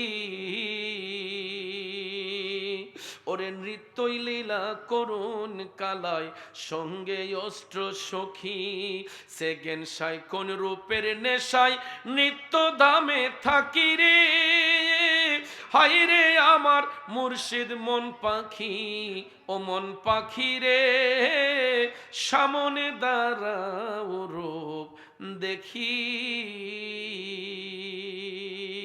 সবাই বলি মারহাবা। বাবাজির আমার, আসলে অনেক রাত হয়ে গেছে, আজকে আর আগামীকাল তো আবার আসতে হবে মাহফিলে, ঠিক না? তো আমার কথায় ভাষায় আলোচনায় ব্যবহারে কোনো রকম কষ্ট পেয়ে থাকলে কষ্ট নিবেন না। তরিকতের স্বার্থে সুন্নিয়তের স্বার্থে আপনাদের পায়ে হাত রেখে বলবো, 5 ওয়াক্ত নামাজ পড়বেন, হালাল রিজিক খাবেন, আর আপনারা আমাকে খুশি হইয়া যেই নজরানা দিয়েছেন, হাদিয়া দিয়েছেন, এই আমি নাত শরীফ গায়া যেই হাদিয়া পাই, এটা আমি শুরু থেকেই ওয়াদাবদ্ধ, এটা আমার মাদ্রাসার ফান্ডে চলে যায়। আমি কাউকে কোনোদিন বলি না, কিন্তু আমি নিয়ত করেছি যে আমি নাতে রসুল বা হামদে বাড়ি তাআলা মুর্শিদি শান বলে যেই হাদিয়া পাই, এটা কিন্তু আমি এক জায়গায় রেখে দিই, এটা আমার খরচের টাকার সাথে মিশাই না, তো এটা আমার মাদ্রাসার ফান্ডে চলে যায়। আপনাদের এই দান আল্লাহ যেন কবুল করেন, সবাই বলেন আমিন। তো যাক আলহামদুলিল্লাহ। বাবাজি আমার সদ্য বড় ভাই জনাব আল আমিন আবিদি সাহেব দোয়ার আগে 2টি কথা বলবেন, তো আমরা ওনার কথাগুলো শুনি, তারপরে দোয়া করি। এর দায়িত্বে ছিলেন যিনি বাংলাদেশ আহলে সুন্নাত ওয়াল জামাতের সভাপতি ছিলেন, কিন্তু সুন্নিয়তের স্বার্থে নিজের পদ পদবি ছেড়ে দিয়া বাংলাদেশের সমস্ত আপামর সুন্নি জনতাকে ঐক্য করার জন্য বৃহত্তর সুন্নি জোট গঠন করেছে, বৃহত্তর সুন্নি জোট গঠন করেছেন এবং আমাদের জোটের মাধ্যমে নির্বাচিত সংসদ সদস্য পদপ্রার্থী বিভিন্ন আসনে দেওয়া হয়েছে। ইনশাআল্লাহ হাজীগঞ্জ চাঁদপুর থেকে আমাদের মুর্শিদ কেবলাও সেখান থেকে নির্বাচন করবেন। তো ভাইয়ার আমার, বন্ধুরা আমার, মুরিদ তাকেই বলে যে পীরের সহবতে থাইকা নিজের জীবনটাকে বাজি রাখে। আমার হুজুর কেবলার একটা বক্তব্য অনেক পছন্দ হয়েছে যে আমি লক্ষ মুরিদ দিয়ে কি করব, যদি সব সময় সুসময়ে দুঃসময়ে সবসময় যদি মুরিদ পাশে না থাকে, এই মুরিদ দিয়ে লাভ হবে কি? এই জন্য ভাইয়ের আমার, বন্ধুরা আমার, মুরিদ মুরিদের মতো হতে হবে। অনেক সময় দেখা যায় আমরা পিসাবের জায়গায় পিসাবরাকে ভোট দেওয়ার সময় পিসাবের ভোট দেয় না, মাইরা দিকে অন্য জায়গায়। এটাও ইমানের দুর্বলতা, কথা কোন ঠিক না? যাক, আমি এই প্রসঙ্গে আলোচনা করতে চাই না। আমি শুধু এতটুকুই বলবো যে আমরা এমন একজন মুর্শিদের সহবতে আছি যিনি শুধু খানকায় বসে থাকেন না, যিনি পার্লামেন্টে পর্যন্ত কাজ করেন, কথা কোন ঠিক না বেঠিক? রাজপথের বীর। এই জন্য আল্লাহ পাক হুজুর কেবলার হায়াত ইলমের দরজাত বুলন্দ করুক, আমরা সকলে আমিন বলি। তো